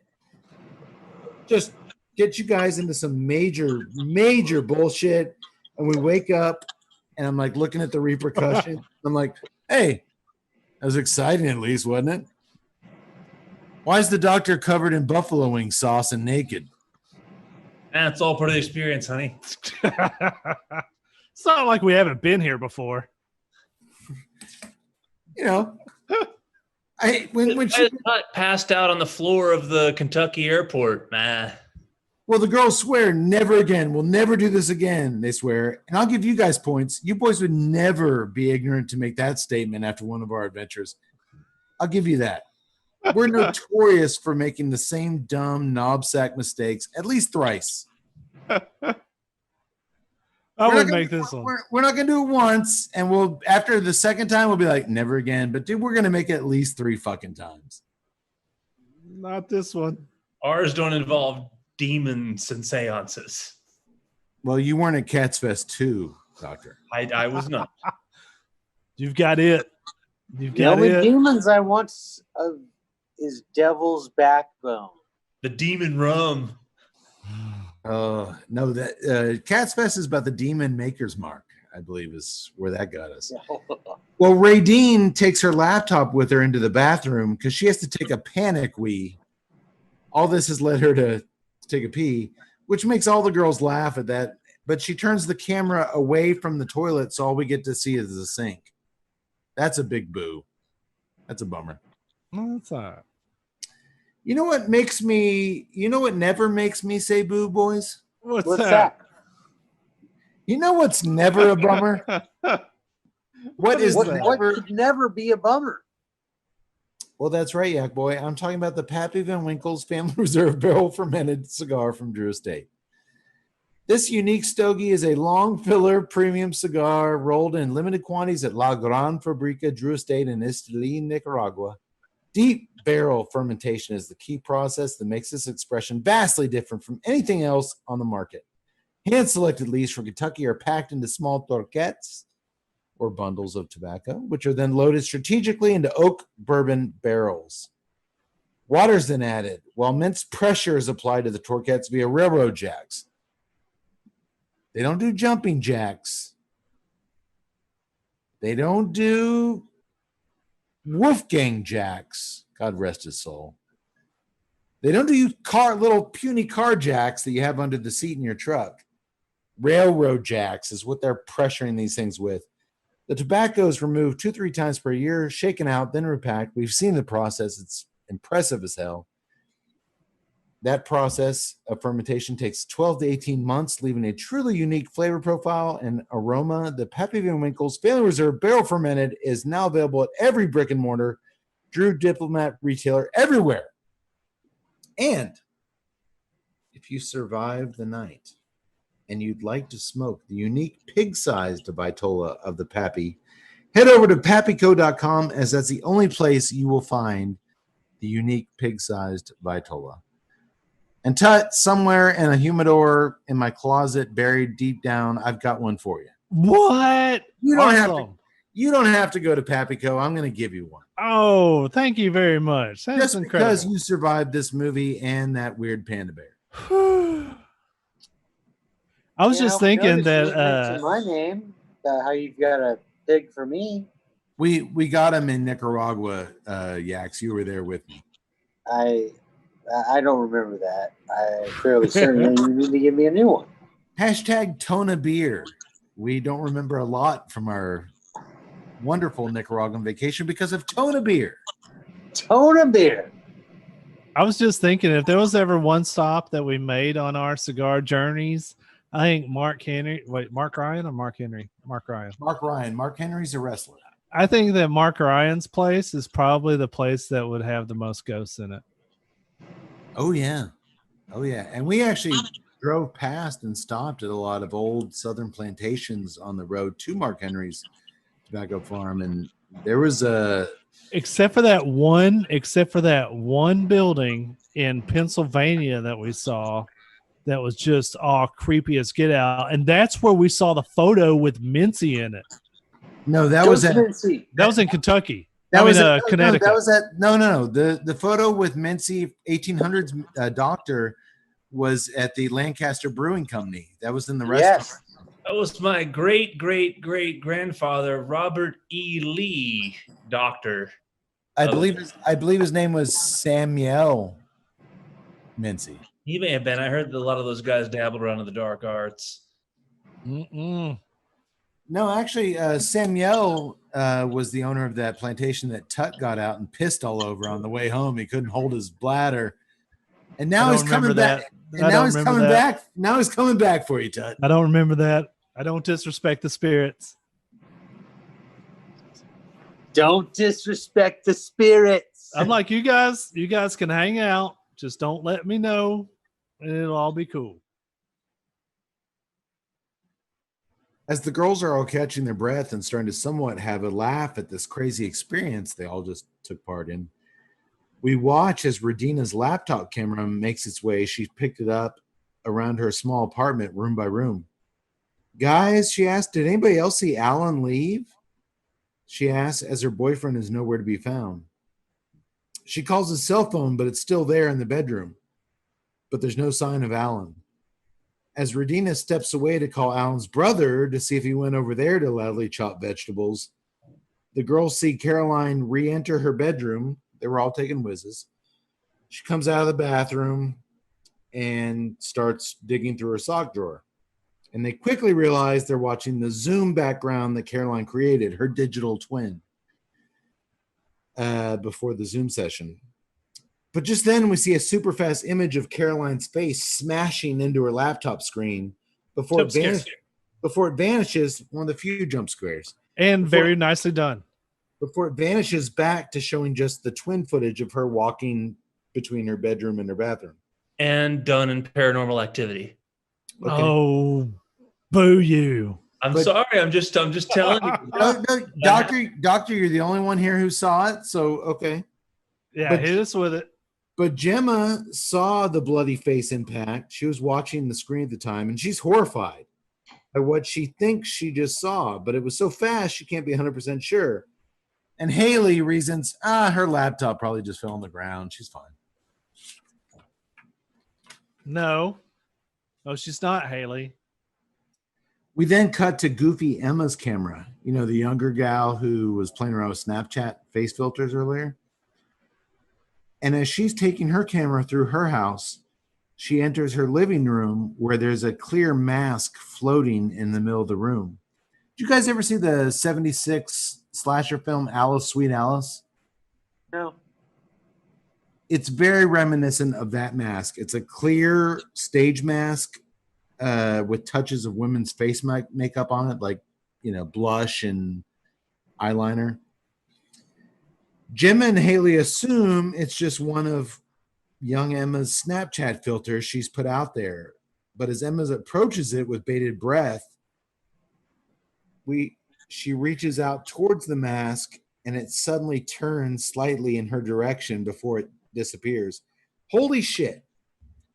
That was a good scare, and that is my favorite horror set piece in the whole goddamn movie. That mask floating in the living room. That was phenomenal. Doctor, don't tell me. Work. I like that. Doctor, don't tell me they did that in Paranormal Activity. Oh, not the mask. Just the next thing Emma does. Okay, well, I can see that. Herself? I can see that. I love that mask scene in the middle of the living room. Oh my God, that was good. So, and sound design, it was good because as she reached out to it, you know that sound your cell phone used to make when you would get it close to electronics, that zzz, zzz, zzz. They insert that there as she approaches the mat. It was, I thought sound design wise, that was a really nice touch. Well, as Haley assures everyone else watching, everything's fine. We cut the imaginary rope around our waist and we blew out our candles. Everything is fine, girls. Emma grabs a bag of flour from her kitchen and pours it on the living room floor where the mask was hovering above. Paranormal Activity. As her kitchen cabinet suddenly swing wide open with the contents flying out, we see footprints appear on the flour on the floor coming towards her. Big scene in Paranormal Activity with the powder flour. Gemma and Haley scream for Emma to get out of the house, which she tries to do, but from the shaky cell phone in her hand, we see her body get propelled off the floor in the hallway and get pounded repeatedly in the ceiling before she collapses with her camera pointed directly up at the attic door. So that's a little connection to the attic from Caroline's house. Something happened in an attic somewhere. Doctor, you say the flour thing was done in Paranormal Activity? Yes, the boyfriend, whether it's flour, baking soda, whatever, he lays it down to get the footprint thing, and that happens. So it's cool. It's a cool thing. See, I would have been going to the pantry. I would have been getting the salt, and then I would have poured a circle around me. Because salt will stop the panda monster? Sometimes. But doctor, could you say with some agreement that this is 2020? Your movie came out 10 years ago. Maybe Emma is doing what she saw in Paranormal Activity. I think that it's a. If I'm going to be cynical, I'm saying Rob Savage decided that we're going to do this because it happened 11 years ago and nobody remembers. But she's a young chick, and she's the kind of thing. She didn't come up with that spreading flower thing on her own. Maybe she saw Paranormal Activity, which was a giant, huge movie, $100 million box office. Yeah. It's possible. Sure. It's possible. Okay. Well, Emma comes too, and as the girls are reassuring her that everything is going to be okay, and as she's laying there, that Snapchat filter keeps like making her face into a lizard and making her tongue come out. I like that touch. I like the Snapchat stuff. They turn their attention to Radina's Zoom square, where they see smoke billowing out of her oven in the kitchen as she has her back to it on the phone. She's trying to find her boyfriend. They scream out to her to get her attention, but as she turns off the oven and bolts over the laptop, "What?" she says. "I got a lot of shit going on here. What the hell do you girls want?" Alan's dead body drops from the ceiling above her down on the floor. I don't know why, but I love that shot. I was just like, I loved it too. I thought it was really good. Radina tries to run out of the house, but from her camera's perspective, we see her get dragged back inside, kicking and screaming, until we hear bones snap and a flash of blood on her camera lens, and then nothing. Her Zoom square is just frozen on that image with a speck of blood on it, pointed up at the stairs, and if you look, pointed up at the attic. Whatever demon they summoned, some bad shit happened to it up in an attic. We keep going back to the attic. Before Gemma, Emma, Haley can process what just happened to Radine, Caroline's Zoom square becomes active again, as they can now clearly and repeatedly see her bloody face get bashed over and over again into her laptop screen as she gurgles for help. Oh my God, that was intense. Haley tries to call Ceylon for help as Gemma yells at her, "This is all your fault." Haley says, "No, this is all your fault. You didn't take this shit seriously." That's kind of a girl thing, right? I think that's kind of a human thing, that where shit's just going nuts and you don't know how to process, and you're just grabbing at anything that comes into your mind. It's the first thing that pops in. I mean, you're trying to rationalize things at the same time. You're trying to process all this bullshit. I just thought this scene worked really, really well. And that her pour helped me. I was like, ah! I like that. Okay. And it all works well, but now that we can rationalize it, it is Gemma's fault. If you participate in a seance, oh yeah, it's your own damn fault. If you're not going to take it seriously and fuck around with it, you are the problem. I'm with Haley here, and I don't like Haley, but I'm like, no, you did this. Yeah. It don't matter who did this. We got to deal with the dude. The one chick who knows how these things work said this was your fault.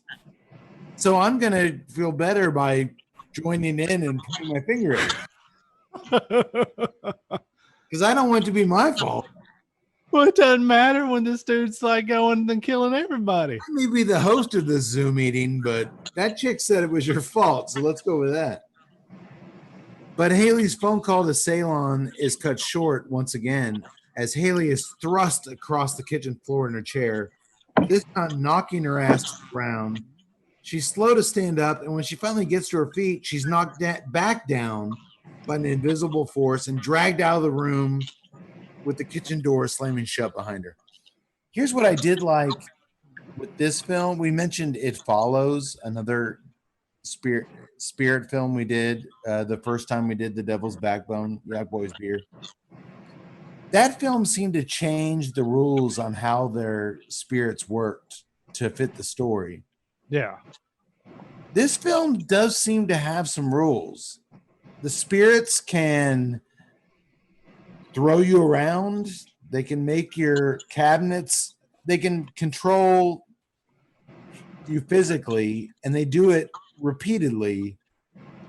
But that's about it. I mean, they can manhandle you and your house and all that, and there's not a lot of leeway. They can't go through doors. They can't.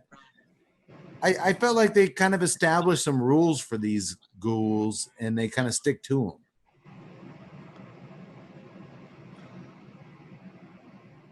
Maybe.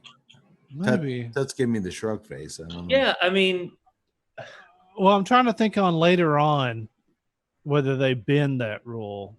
Want me to say it again? Go ahead. It was all done before. And it was in Paranormal Activity. All right. Well, you know what? I'm going to need to watch. Insidious and Conjuring. I hate to watch those 15 movies before I give this movie praise. No, you don't. I'm just saying that none of this, I'm sorry. You don't need to. None of this is new. Only the aspect of it being on Zoom, which I'm praising, only the Zoom aspect is new. Nothing else that happens, none of the supernatural stuff, none of the rules that you're just talking about, none of that is new. That was all done 8, 9, 10, 11 years ago. Damn it. I don't want to hear that, Doctor, because I want to like this movie. I want to praise it as original. All right, you want me to check out and say goodnight? No, stick around. We're almost done anyway. And I'm going to need your science expertise here soon. And you, Yak Boy, you guys of course. You guys are my residents. Mention me last and after the fact. You don't want to hear it, but I'm telling you the truth. Gemma has to do something. She can't just sit there in her apartment and wait for what happened to all her friends happen to her. So she puts on her face mask. They're under quarantine after all. We wouldn't want her to get infected by something or infect someone else. And she sits out on foot, sprinting to Haley's apartment. We learned early on in the film they live very close to each other.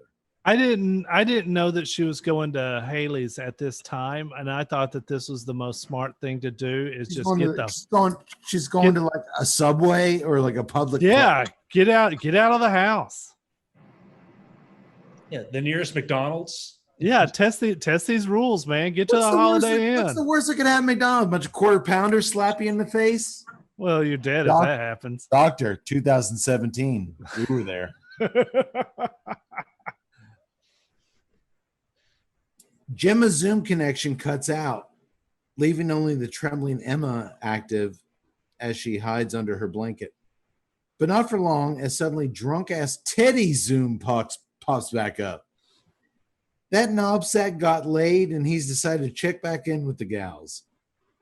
And they reintroduce him in a really creepy way, which I'm sure really got to Tut. Oh, I was like, you asshole.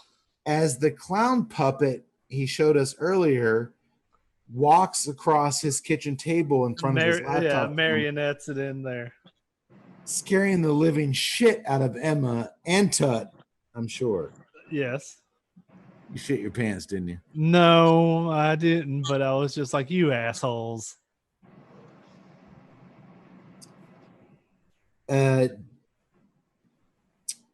Teddy asks where everyone is. Come on, you fat bitches. Come on out. He's a party guy.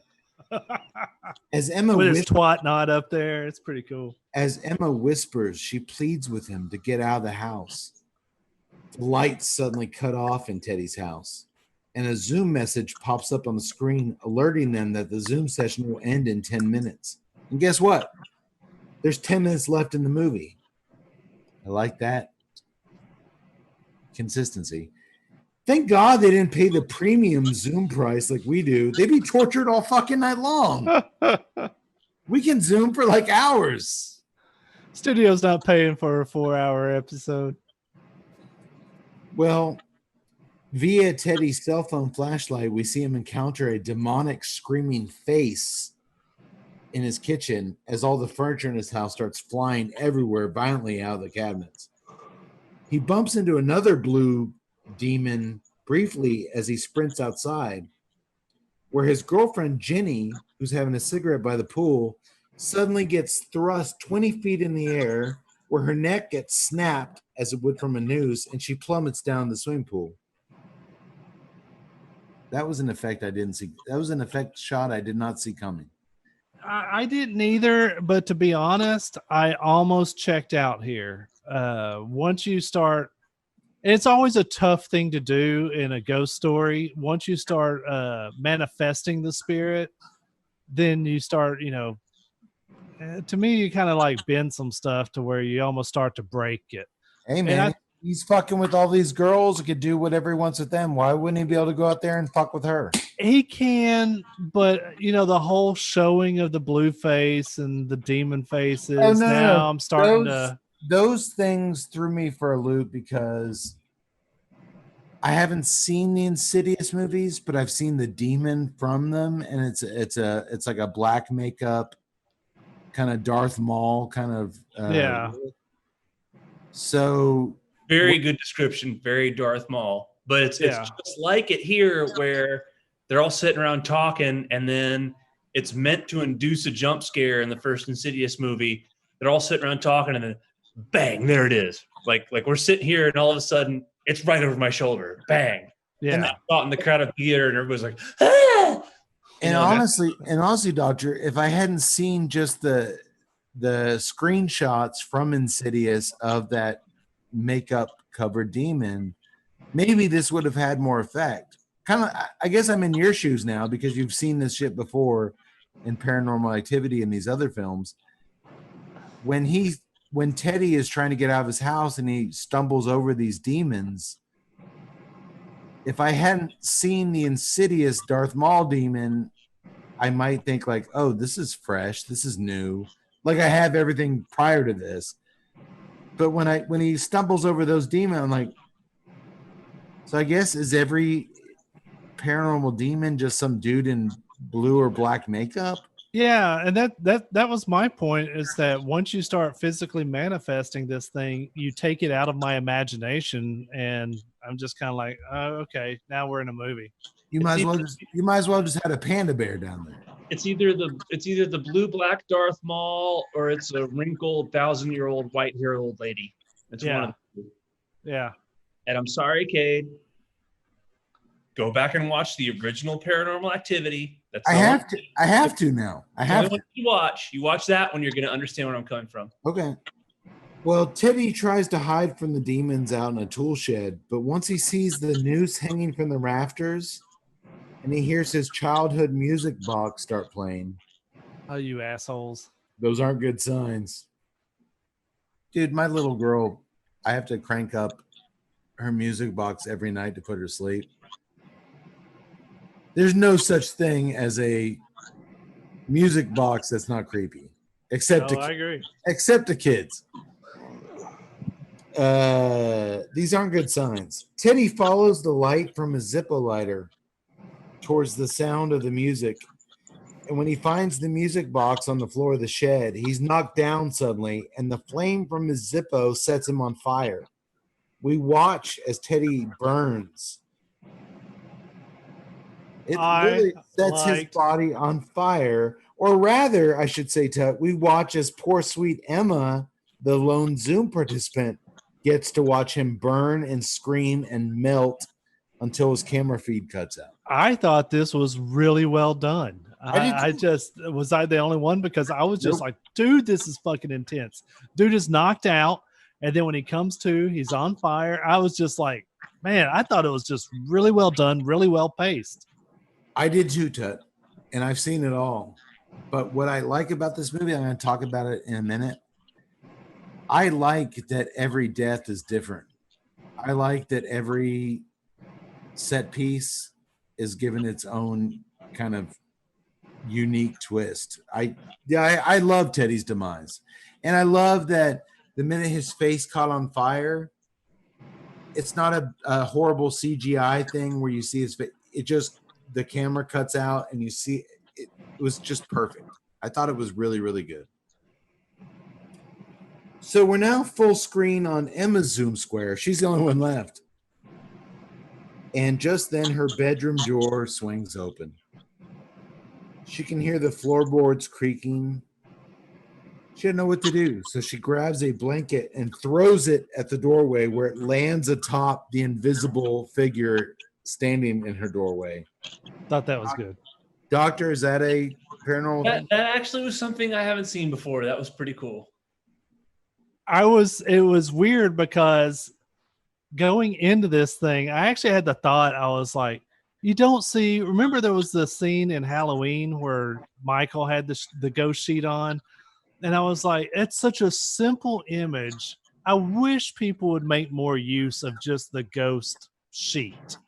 I think that's a pretty iconic, terrifying deal. And they pulled it off great here. But I'll say this. I saw a trailer for the new Invisible Man movie, and I think she did that. Oh, did she? In that. Because I have seen this before, and I thought it was recent. I thought maybe in the new Invisible Man movie, she not only did the flower thing, but also the blanket thing. Well, let me go. Having said that, knowing damn well before she threw that blanket that it was going to land over a human figure, it got me.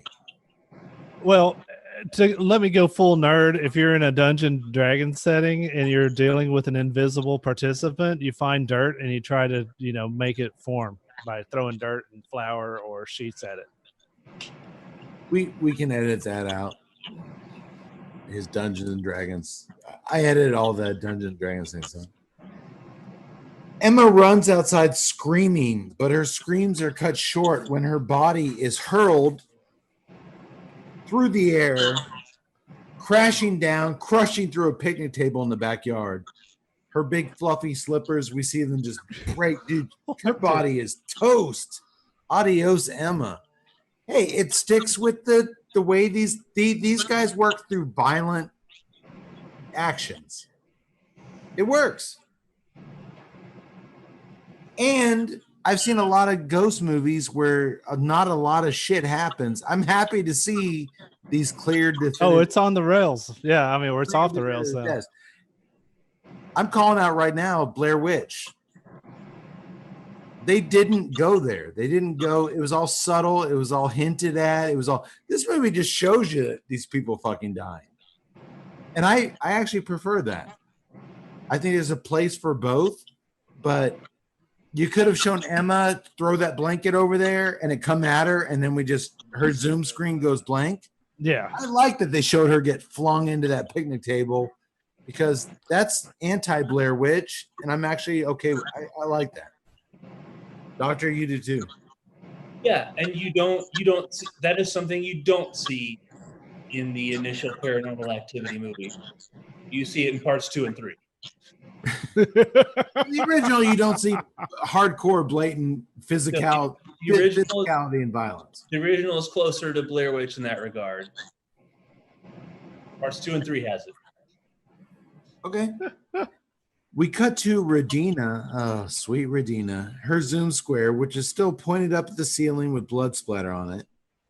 We cut to Caroline's Zoom square, which is still showing the video background of her digital twin walking in and out of her bedroom.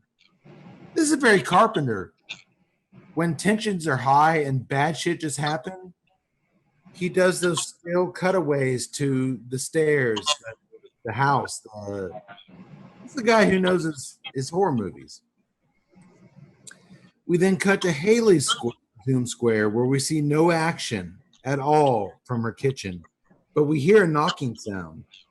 Then we hear glass break, and Gemma enters Haley's apartment. As she walks back towards the closed kitchen doorway, we watch via Haley's laptop screen. All this now is filmed via Haley got sucked away down her hallway. This is all we're seeing is from Haley's laptop screen. All the Zoom window participants close one by one. Teddy, window closes. Radina, window closes. Because when you close out a Zoom screen, it shows like a little still picture you choose for your profile picture. That closes. Emma, gone. Caroline, gone. All gone. Just as Gemma whispers Haley's name to see if she's still there, a wine bottle shoots across the kitchen and crashes against her head, knocking her out. Man, that's a great effect shot. It was a beautiful looking scene. And for some reason, boys, I'm not sure why, I thought the movie might end on that shot. It would be cool, but I'm glad it didn't. Some movies would. I'm glad it didn't end on that. But it was a great. That bottle flying across and hitting her head, I honestly was like, that's where they're going to pull up the end credits. But they didn't, and I'm thankful for it. Gemma's a fighter. She climbs to her feet as Haley's kitchen cabinets explode, rain down Tupperware and McCormick seasoning canisters down upon her. Did you guys see the McCormick's Montreal steak seasoning rain down upon her? I did not notice that. That's why I get paid the big bucks. Haley's chair starts rocking back and forth too, teasing her. That chair has been a thing now, and it just starts kind of rocking, teasing her. We're here. Rather than run right the fuck out of that apartment the same way she ran in, Gemma decides to venture deeper into Haley's apartment. I know. You guys would have run for the fucking hills at this point. But it's a horror movie, and a goddamn good one, because I haven't seen Paranormal Activity. So I'll allow it. Or Conjuring, or any of the sequels. But I get it. She wants to see if her one friend who's still alive, her one social friend who gave her a lot of shit during that Zoom meeting, tut me style, is still alive. Yes, your first instinct is to run the hell out of there. But what are you going to tell the cops? I ran the fuck out of there. No, you're going to tell the cops we're doing a seance and all my friends are dead. And I swear I had nothing to do with it, but come on. I'll get a lawyer. We'll match the time of death. There's no way I could be in 4 places at the same time. Maybe you get me for Haley. I don't know. That's you assholes. That's not Gemma. She wants to help her one friend, which I would do personally. I would come try to help you guys. And guess what? As Gemma enters the bedroom, Haley crawls out from under the desk. She is still alive. She can't help her friend. Cade style.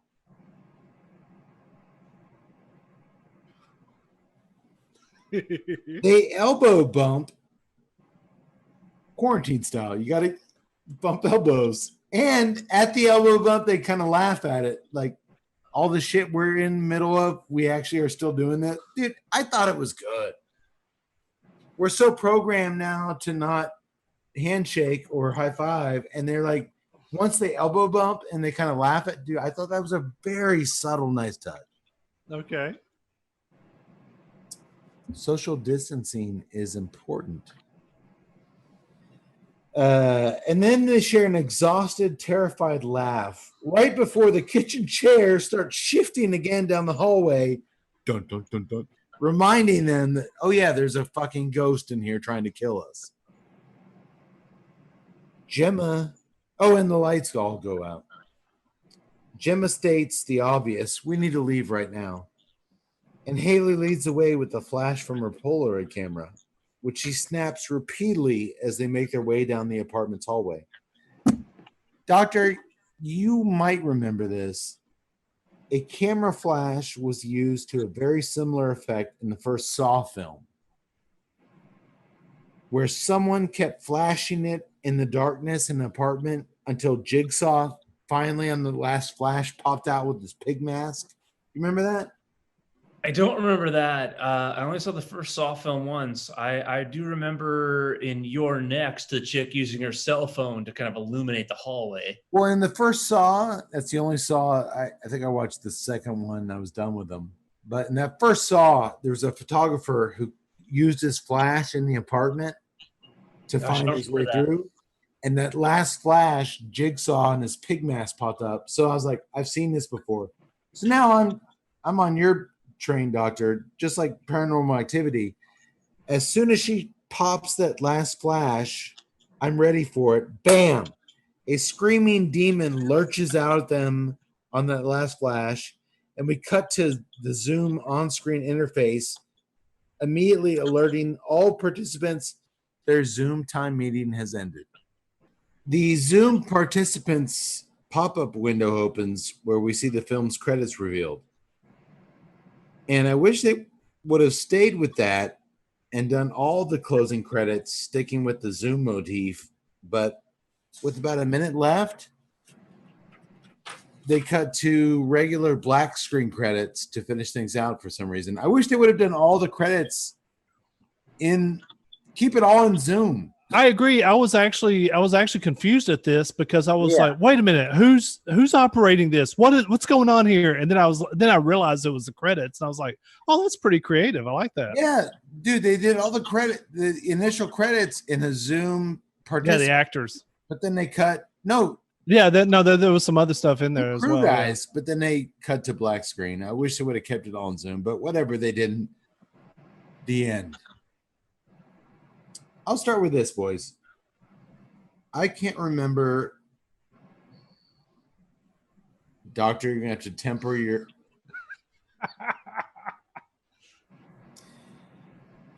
I can't remember, maybe not with this point. I can't remember a horror movie in recent memory that had that kind of nonstop action in the last 15, 20 minutes. Doctor, I know you're more familiar with these ghost films than we are, but I mean, this fucker didn't take its foot off the gas at all in those last 20 minutes, and I respected the hell out of it, especially with each set piece, each death being very dissimilar from the last. Last year had a really fun alligator creature feature, Crawl, which was pretty damn nonstop as well, but I can't remember any details about that film a few months later. I remember it being really nonstop and impressive, but I'm confident that I'll remember this movie for quite a while. the last 20 minutes of this film were just balls to the wall intense. And it's something that's very relatable because it's something that it's a platform we're all on, daily almost.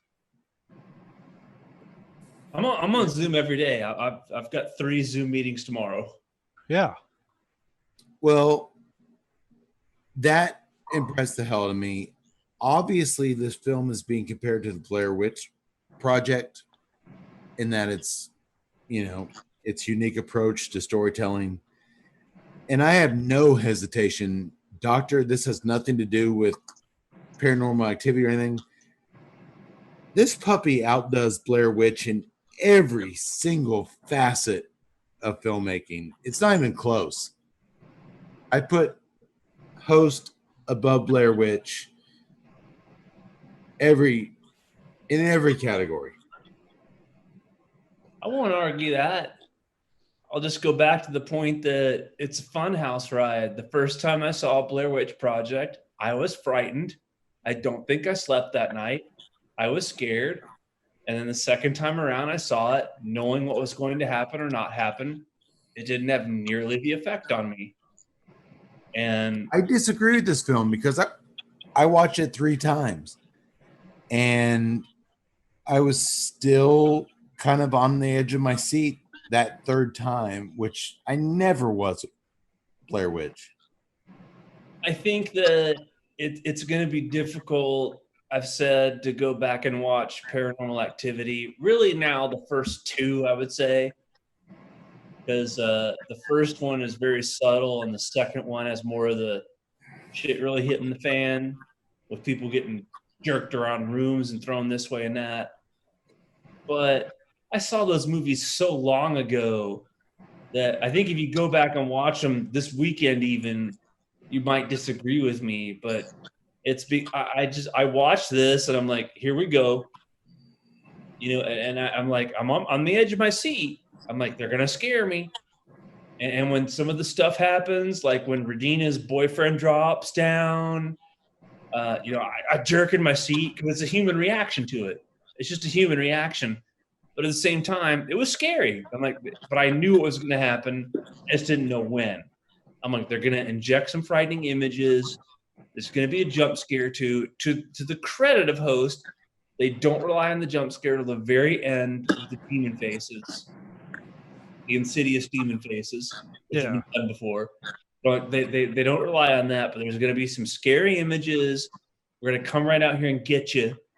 And I've been there a long time ago. They do it good, and it's a good ride. I'll have to take your word for it, Kate. I'll have to watch it again.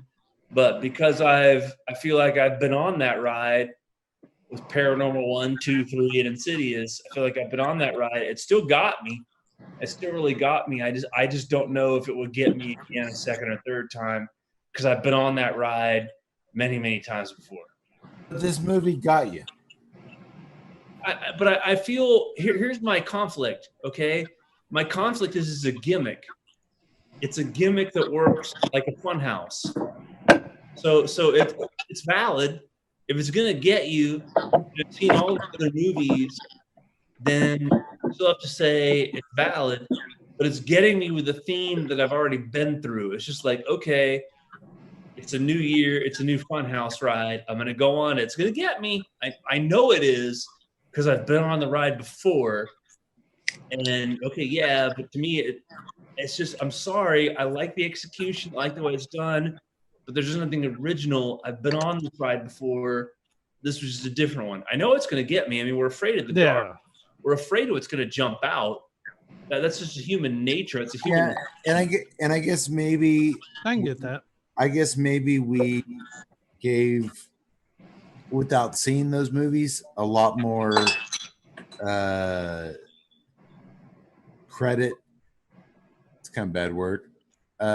Maybe I gave this movie a lot more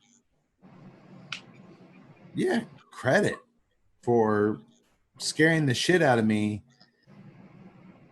Maybe if I had seen those movies that you've seen, I would have seen a lot of these things. Like when someone sees the Halloweens, or the Friday 13th, and then they watch a slasher movie and they're like, I saw that coming a mile away. We do that all the time.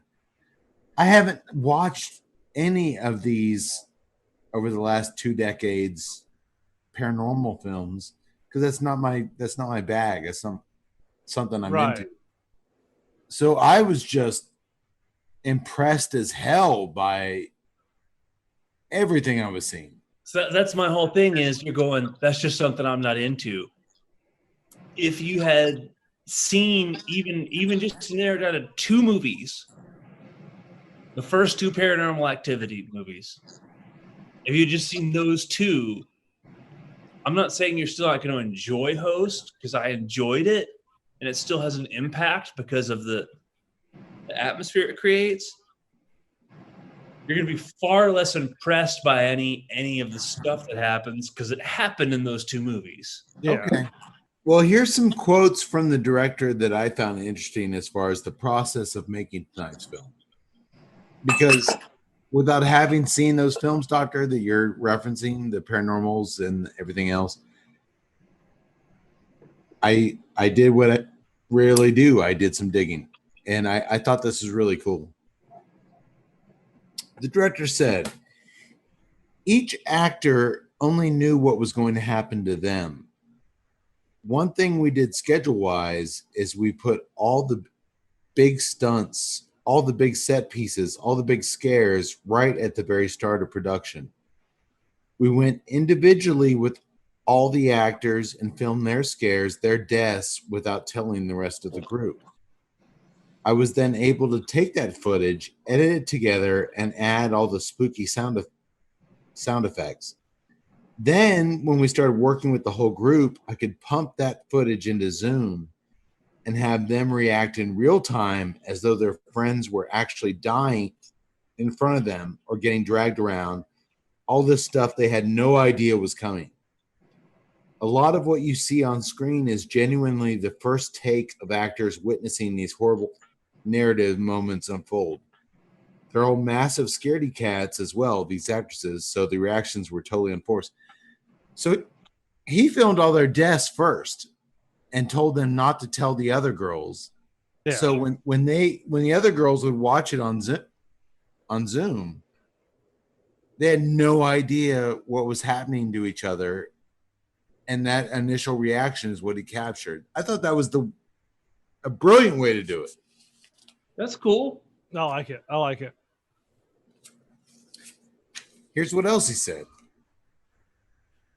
A lot of the cinematography was set.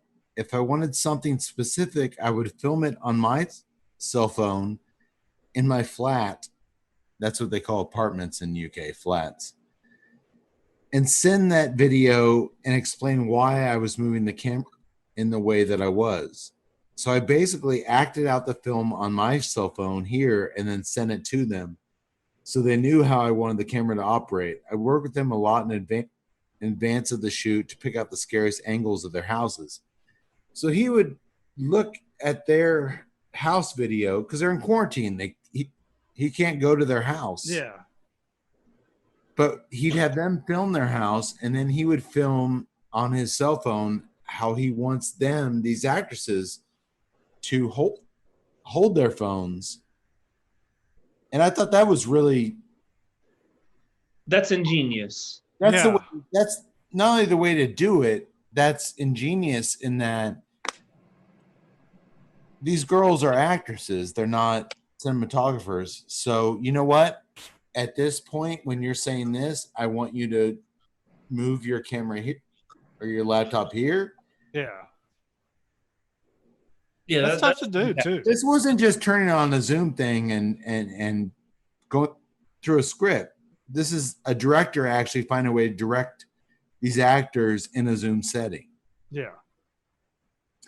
Here's another one. I was able to monitor via Zoom call, but we were very scared of the internet cutting out. We've experienced that during a good take or an expensive stunt. There's not a single Zoom recording in the final film, which that shocked me because I thought there was a lot of actual Zoom No. We got the actors to Velcro their phones behind their laptops so that their cell phone cameras were poking over the top. But Emma, for some reason, always positioned it way too high, which is why she spends most of the movie lower framed. It also meant on Zoom, he was seeing her full face. But when we watch the movie, if you look at Emma, she's always really down low. I got the footage back, and it's just her eye I'm seeing right at the bottom of the frame with all the negative space. I wouldn't even thought to do that, but it worked for her character. It's these amazing miracles that happen when you're shooting something off cuff. So, dude, they all shot this shit with cell phones Velcro to their computers. None of anything we watched tonight was actually filmed on a Zoom. Right. Yeah. He filmed it all separately and imposed it on a Zoom template. Yeah. Which is the way I would have done it because I'm lazy and I wouldn't have thought of doing it like this. But dude, no, he gave them all direction with his camera, told them how to do it, and then he did these huge special effects shots like Jenny getting hung above her pool, all these death scenes, played it at the perfect time for the girls to react to it. Dude, a lot of thought went into the construction of this movie. I think so, and I think it shows. There's no denying that. Everything I'm talking about is just thematically. Tut, when you were like, when I made you watch this film and you were, whatever, you were like, for the first time in a long time, I'm really curious to get y'all's take on it. As horror fans, did you think we would shit all over it? Or did you think we would actually, like, were you expecting, what was your expectation of me and Mency coming in this movie? I kind of thought, I was kind of curious because y'all have seen so many movies to where, it's kind of like the Doctor's take on it. It's cool, but I've seen it before. And that's kind of where I was like, how much of that's going to be prevalent as to, because I thought it was just so creative to take what's going on in modern times and twist that into a movie the way that he did. I just thought it was really kind of cool. And I just thought it was kind of tough in terms of an acting, cinematography, getting all that shit together. And I was just kind of curious as to whether y'all would actually see the technical aspect of the film versus it's just a go, when you strip all that away, it's just a ghost story. I think you probably got a mixed reaction because I think you got the doctor who has seen a lot of these films, and then you got this horror guy who hasn't watched a lot of those films who thinks this thing is great. Well, I mean, it's just it's interesting. It's kind of like music. When you hear a song and you're like, "Oh, this song is great," and then some grizzled veterans like, "Yeah, that was done in the 1980s by this guy. Listen to this guy," and then you're like, "Oh crap, it's almost note for note." Yeah, but my God, I haven't watched a horror, and I watch horror film a week, not just for the podcast, hoping to find something cool. I watched a horror film I have never seen a week. Every week, every year. I just love horror films. And this thing impressed the fuck out of me. I loved it. I loved the way he worked with the Zoom format. I loved the way that he took pause with certain scenes. I love the way he gave intent to certain cuts. I'd love to see this director make a slasher film with these actresses because every slasher film has a group of friends who you would never think they were friends in real life. And this guy clearly has an ensemble of actresses who he could do something great with. This thing gets nothing but thumbs up from me. I give it a big thumbs up. And again, I'm not anywhere. I'm not even a horror novice. I just don't watch these things for obvious reasons. And I enjoyed it. I really, really enjoyed it. I thought it was a fun ride. I thought the pacing was cool. I liked all the actresses involved. And, I just enjoyed it. Even though it scared the absolute bejesus out of me, I still liked it. I love that Gemma was the greatest actress in the bunch, and we see her go from total asshole to total hero. I mean, that's a great arc, and she pulls it off. And I don't know, this movie had a lot of things that worked for me. Yak Boy, thumbs up or thumbs down? Did you like it? Thumbs up. I did like it. It, in certain instances, like with what the doctor said, you could tell that they were pulling from other sources, but it was new in that nobody else had really done anything from the aspect of the current aspect of Zoom and how we are using it. Everybody's using it. So it gets points for originality for that, but they obviously, just like anything else, they drew from other sources to use a new medium. So, I mean,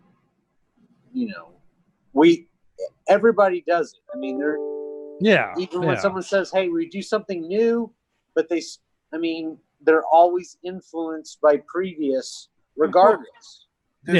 There's no shark movie that hasn't been influenced by Jaws. Right. Correct. Right.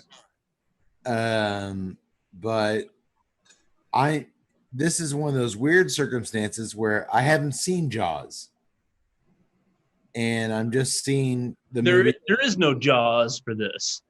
There isn't a Jaws. Well, like you said, Doctor. I mean, Paranormal Activity would be its Jaws, and I haven't seen. It's a terrible approximation. I mean, it's Jaws. I'm just saying.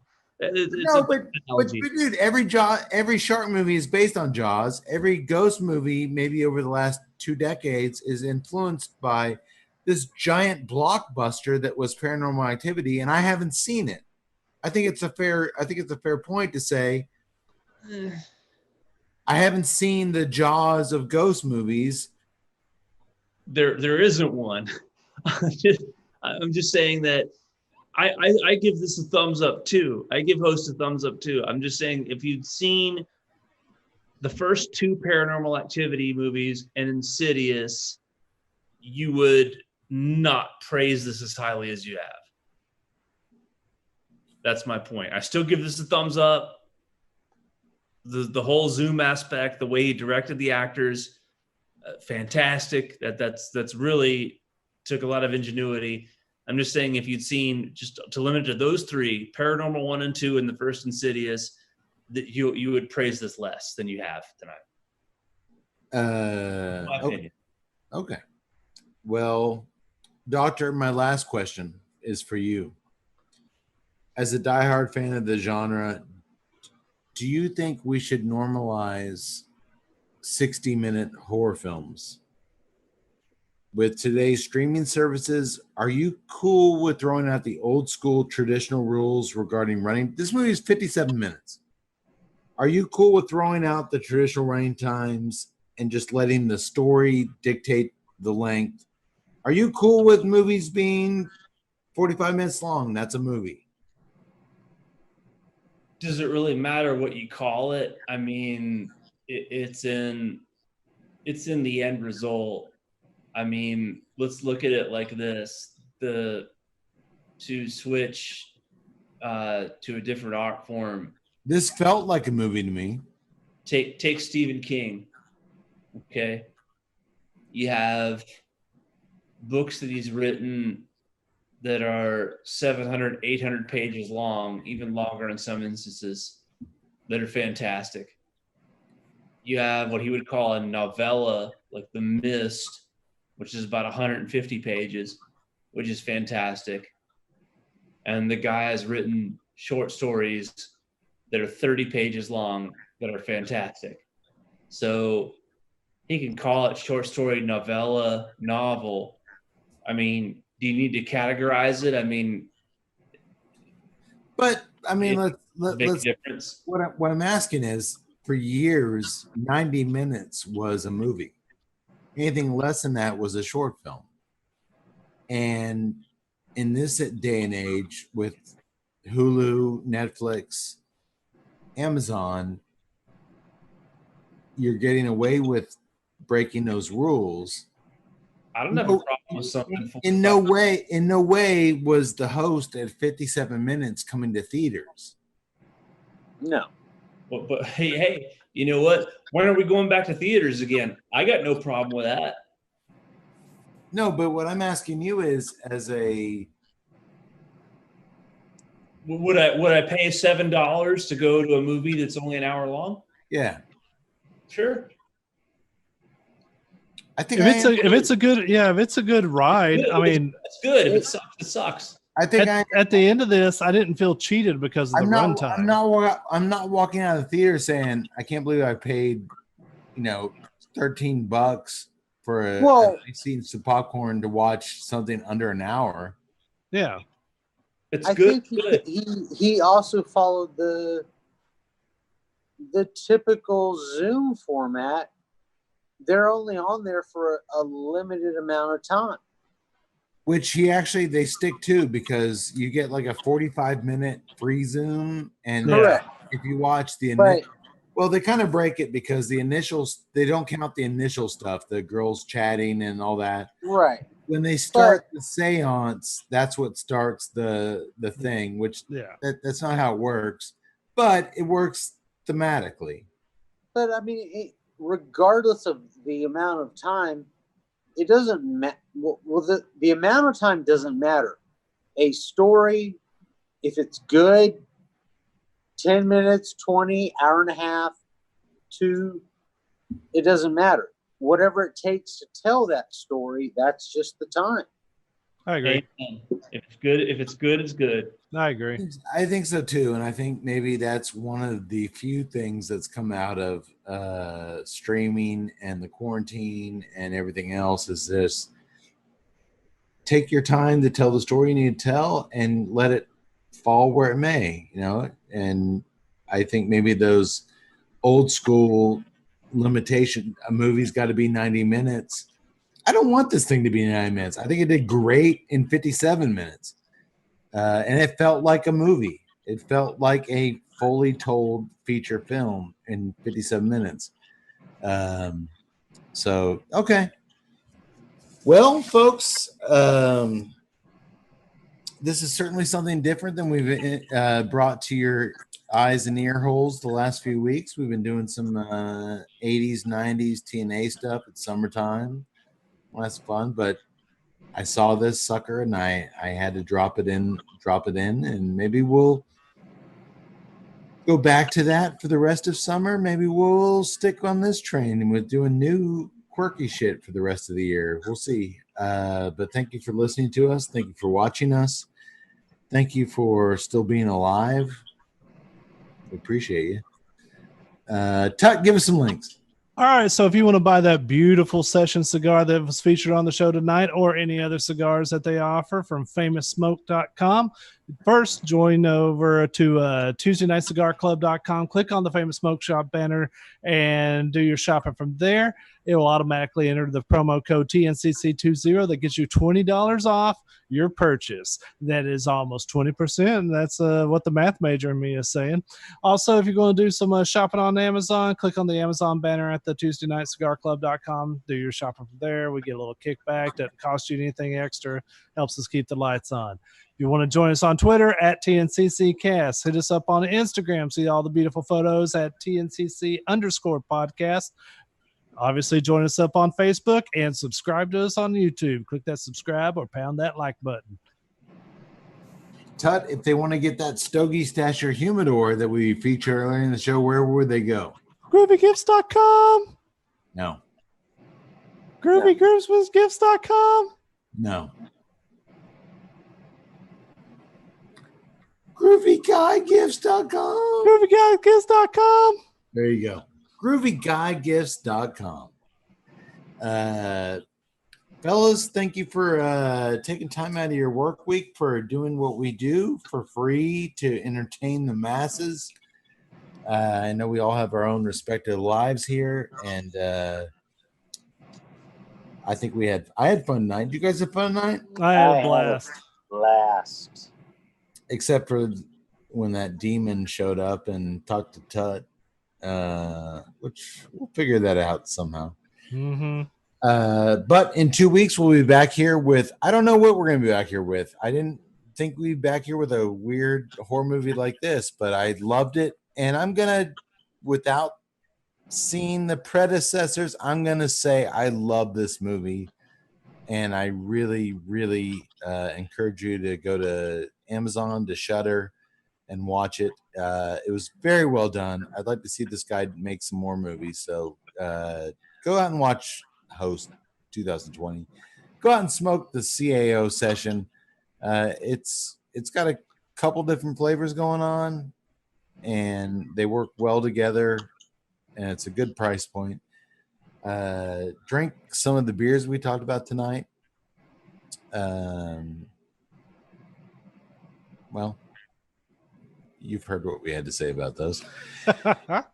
And as always, I will leave you with this. May the wings of liberty never lose a feather.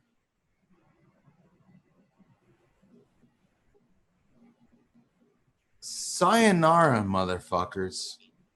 We'll see you in 2 weeks, and we'll do it twice as hard and twice as nice.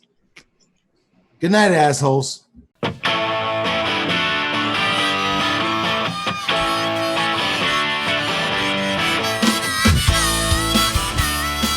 learn more about the time I dropped into a random Zoom meeting unannounced, sans pants, hey, it's hot outside, only to be told unanimously by the Best Buy customer service meeting that I found myself in the middle of, that not only was my penis not welcome, but I wasn't either. Well, that's the entire story really, there's nothing else to learn. I suppose because I don't work at Best Buy, and maybe the whole penis thing, I guess I just threw those Geek Squad nerds for a loop. Jealous much, you nerds? Anywho, to learn more about the cigars enjoyed on tonight's episode, you can visit caocigars.com. For more on O'Brien's Irish Pub, the live music leader in Central Texas, please visit o'brienstemple.com and download their free smartphone app, where you'll find full beer listings including over 40 on tap, menu information, and a calendar of upcoming live events. To listen and purchase music heard on tonight's program, check out www.fritzbeermusic.com. Thank you for listening to the Tuesday Night Cigar Club podcast. This is Keith A. Howell saying until next time, friends, unless we see you sooner at the pub. So keep it smoky, and for God's sake, keep it ballsy as well.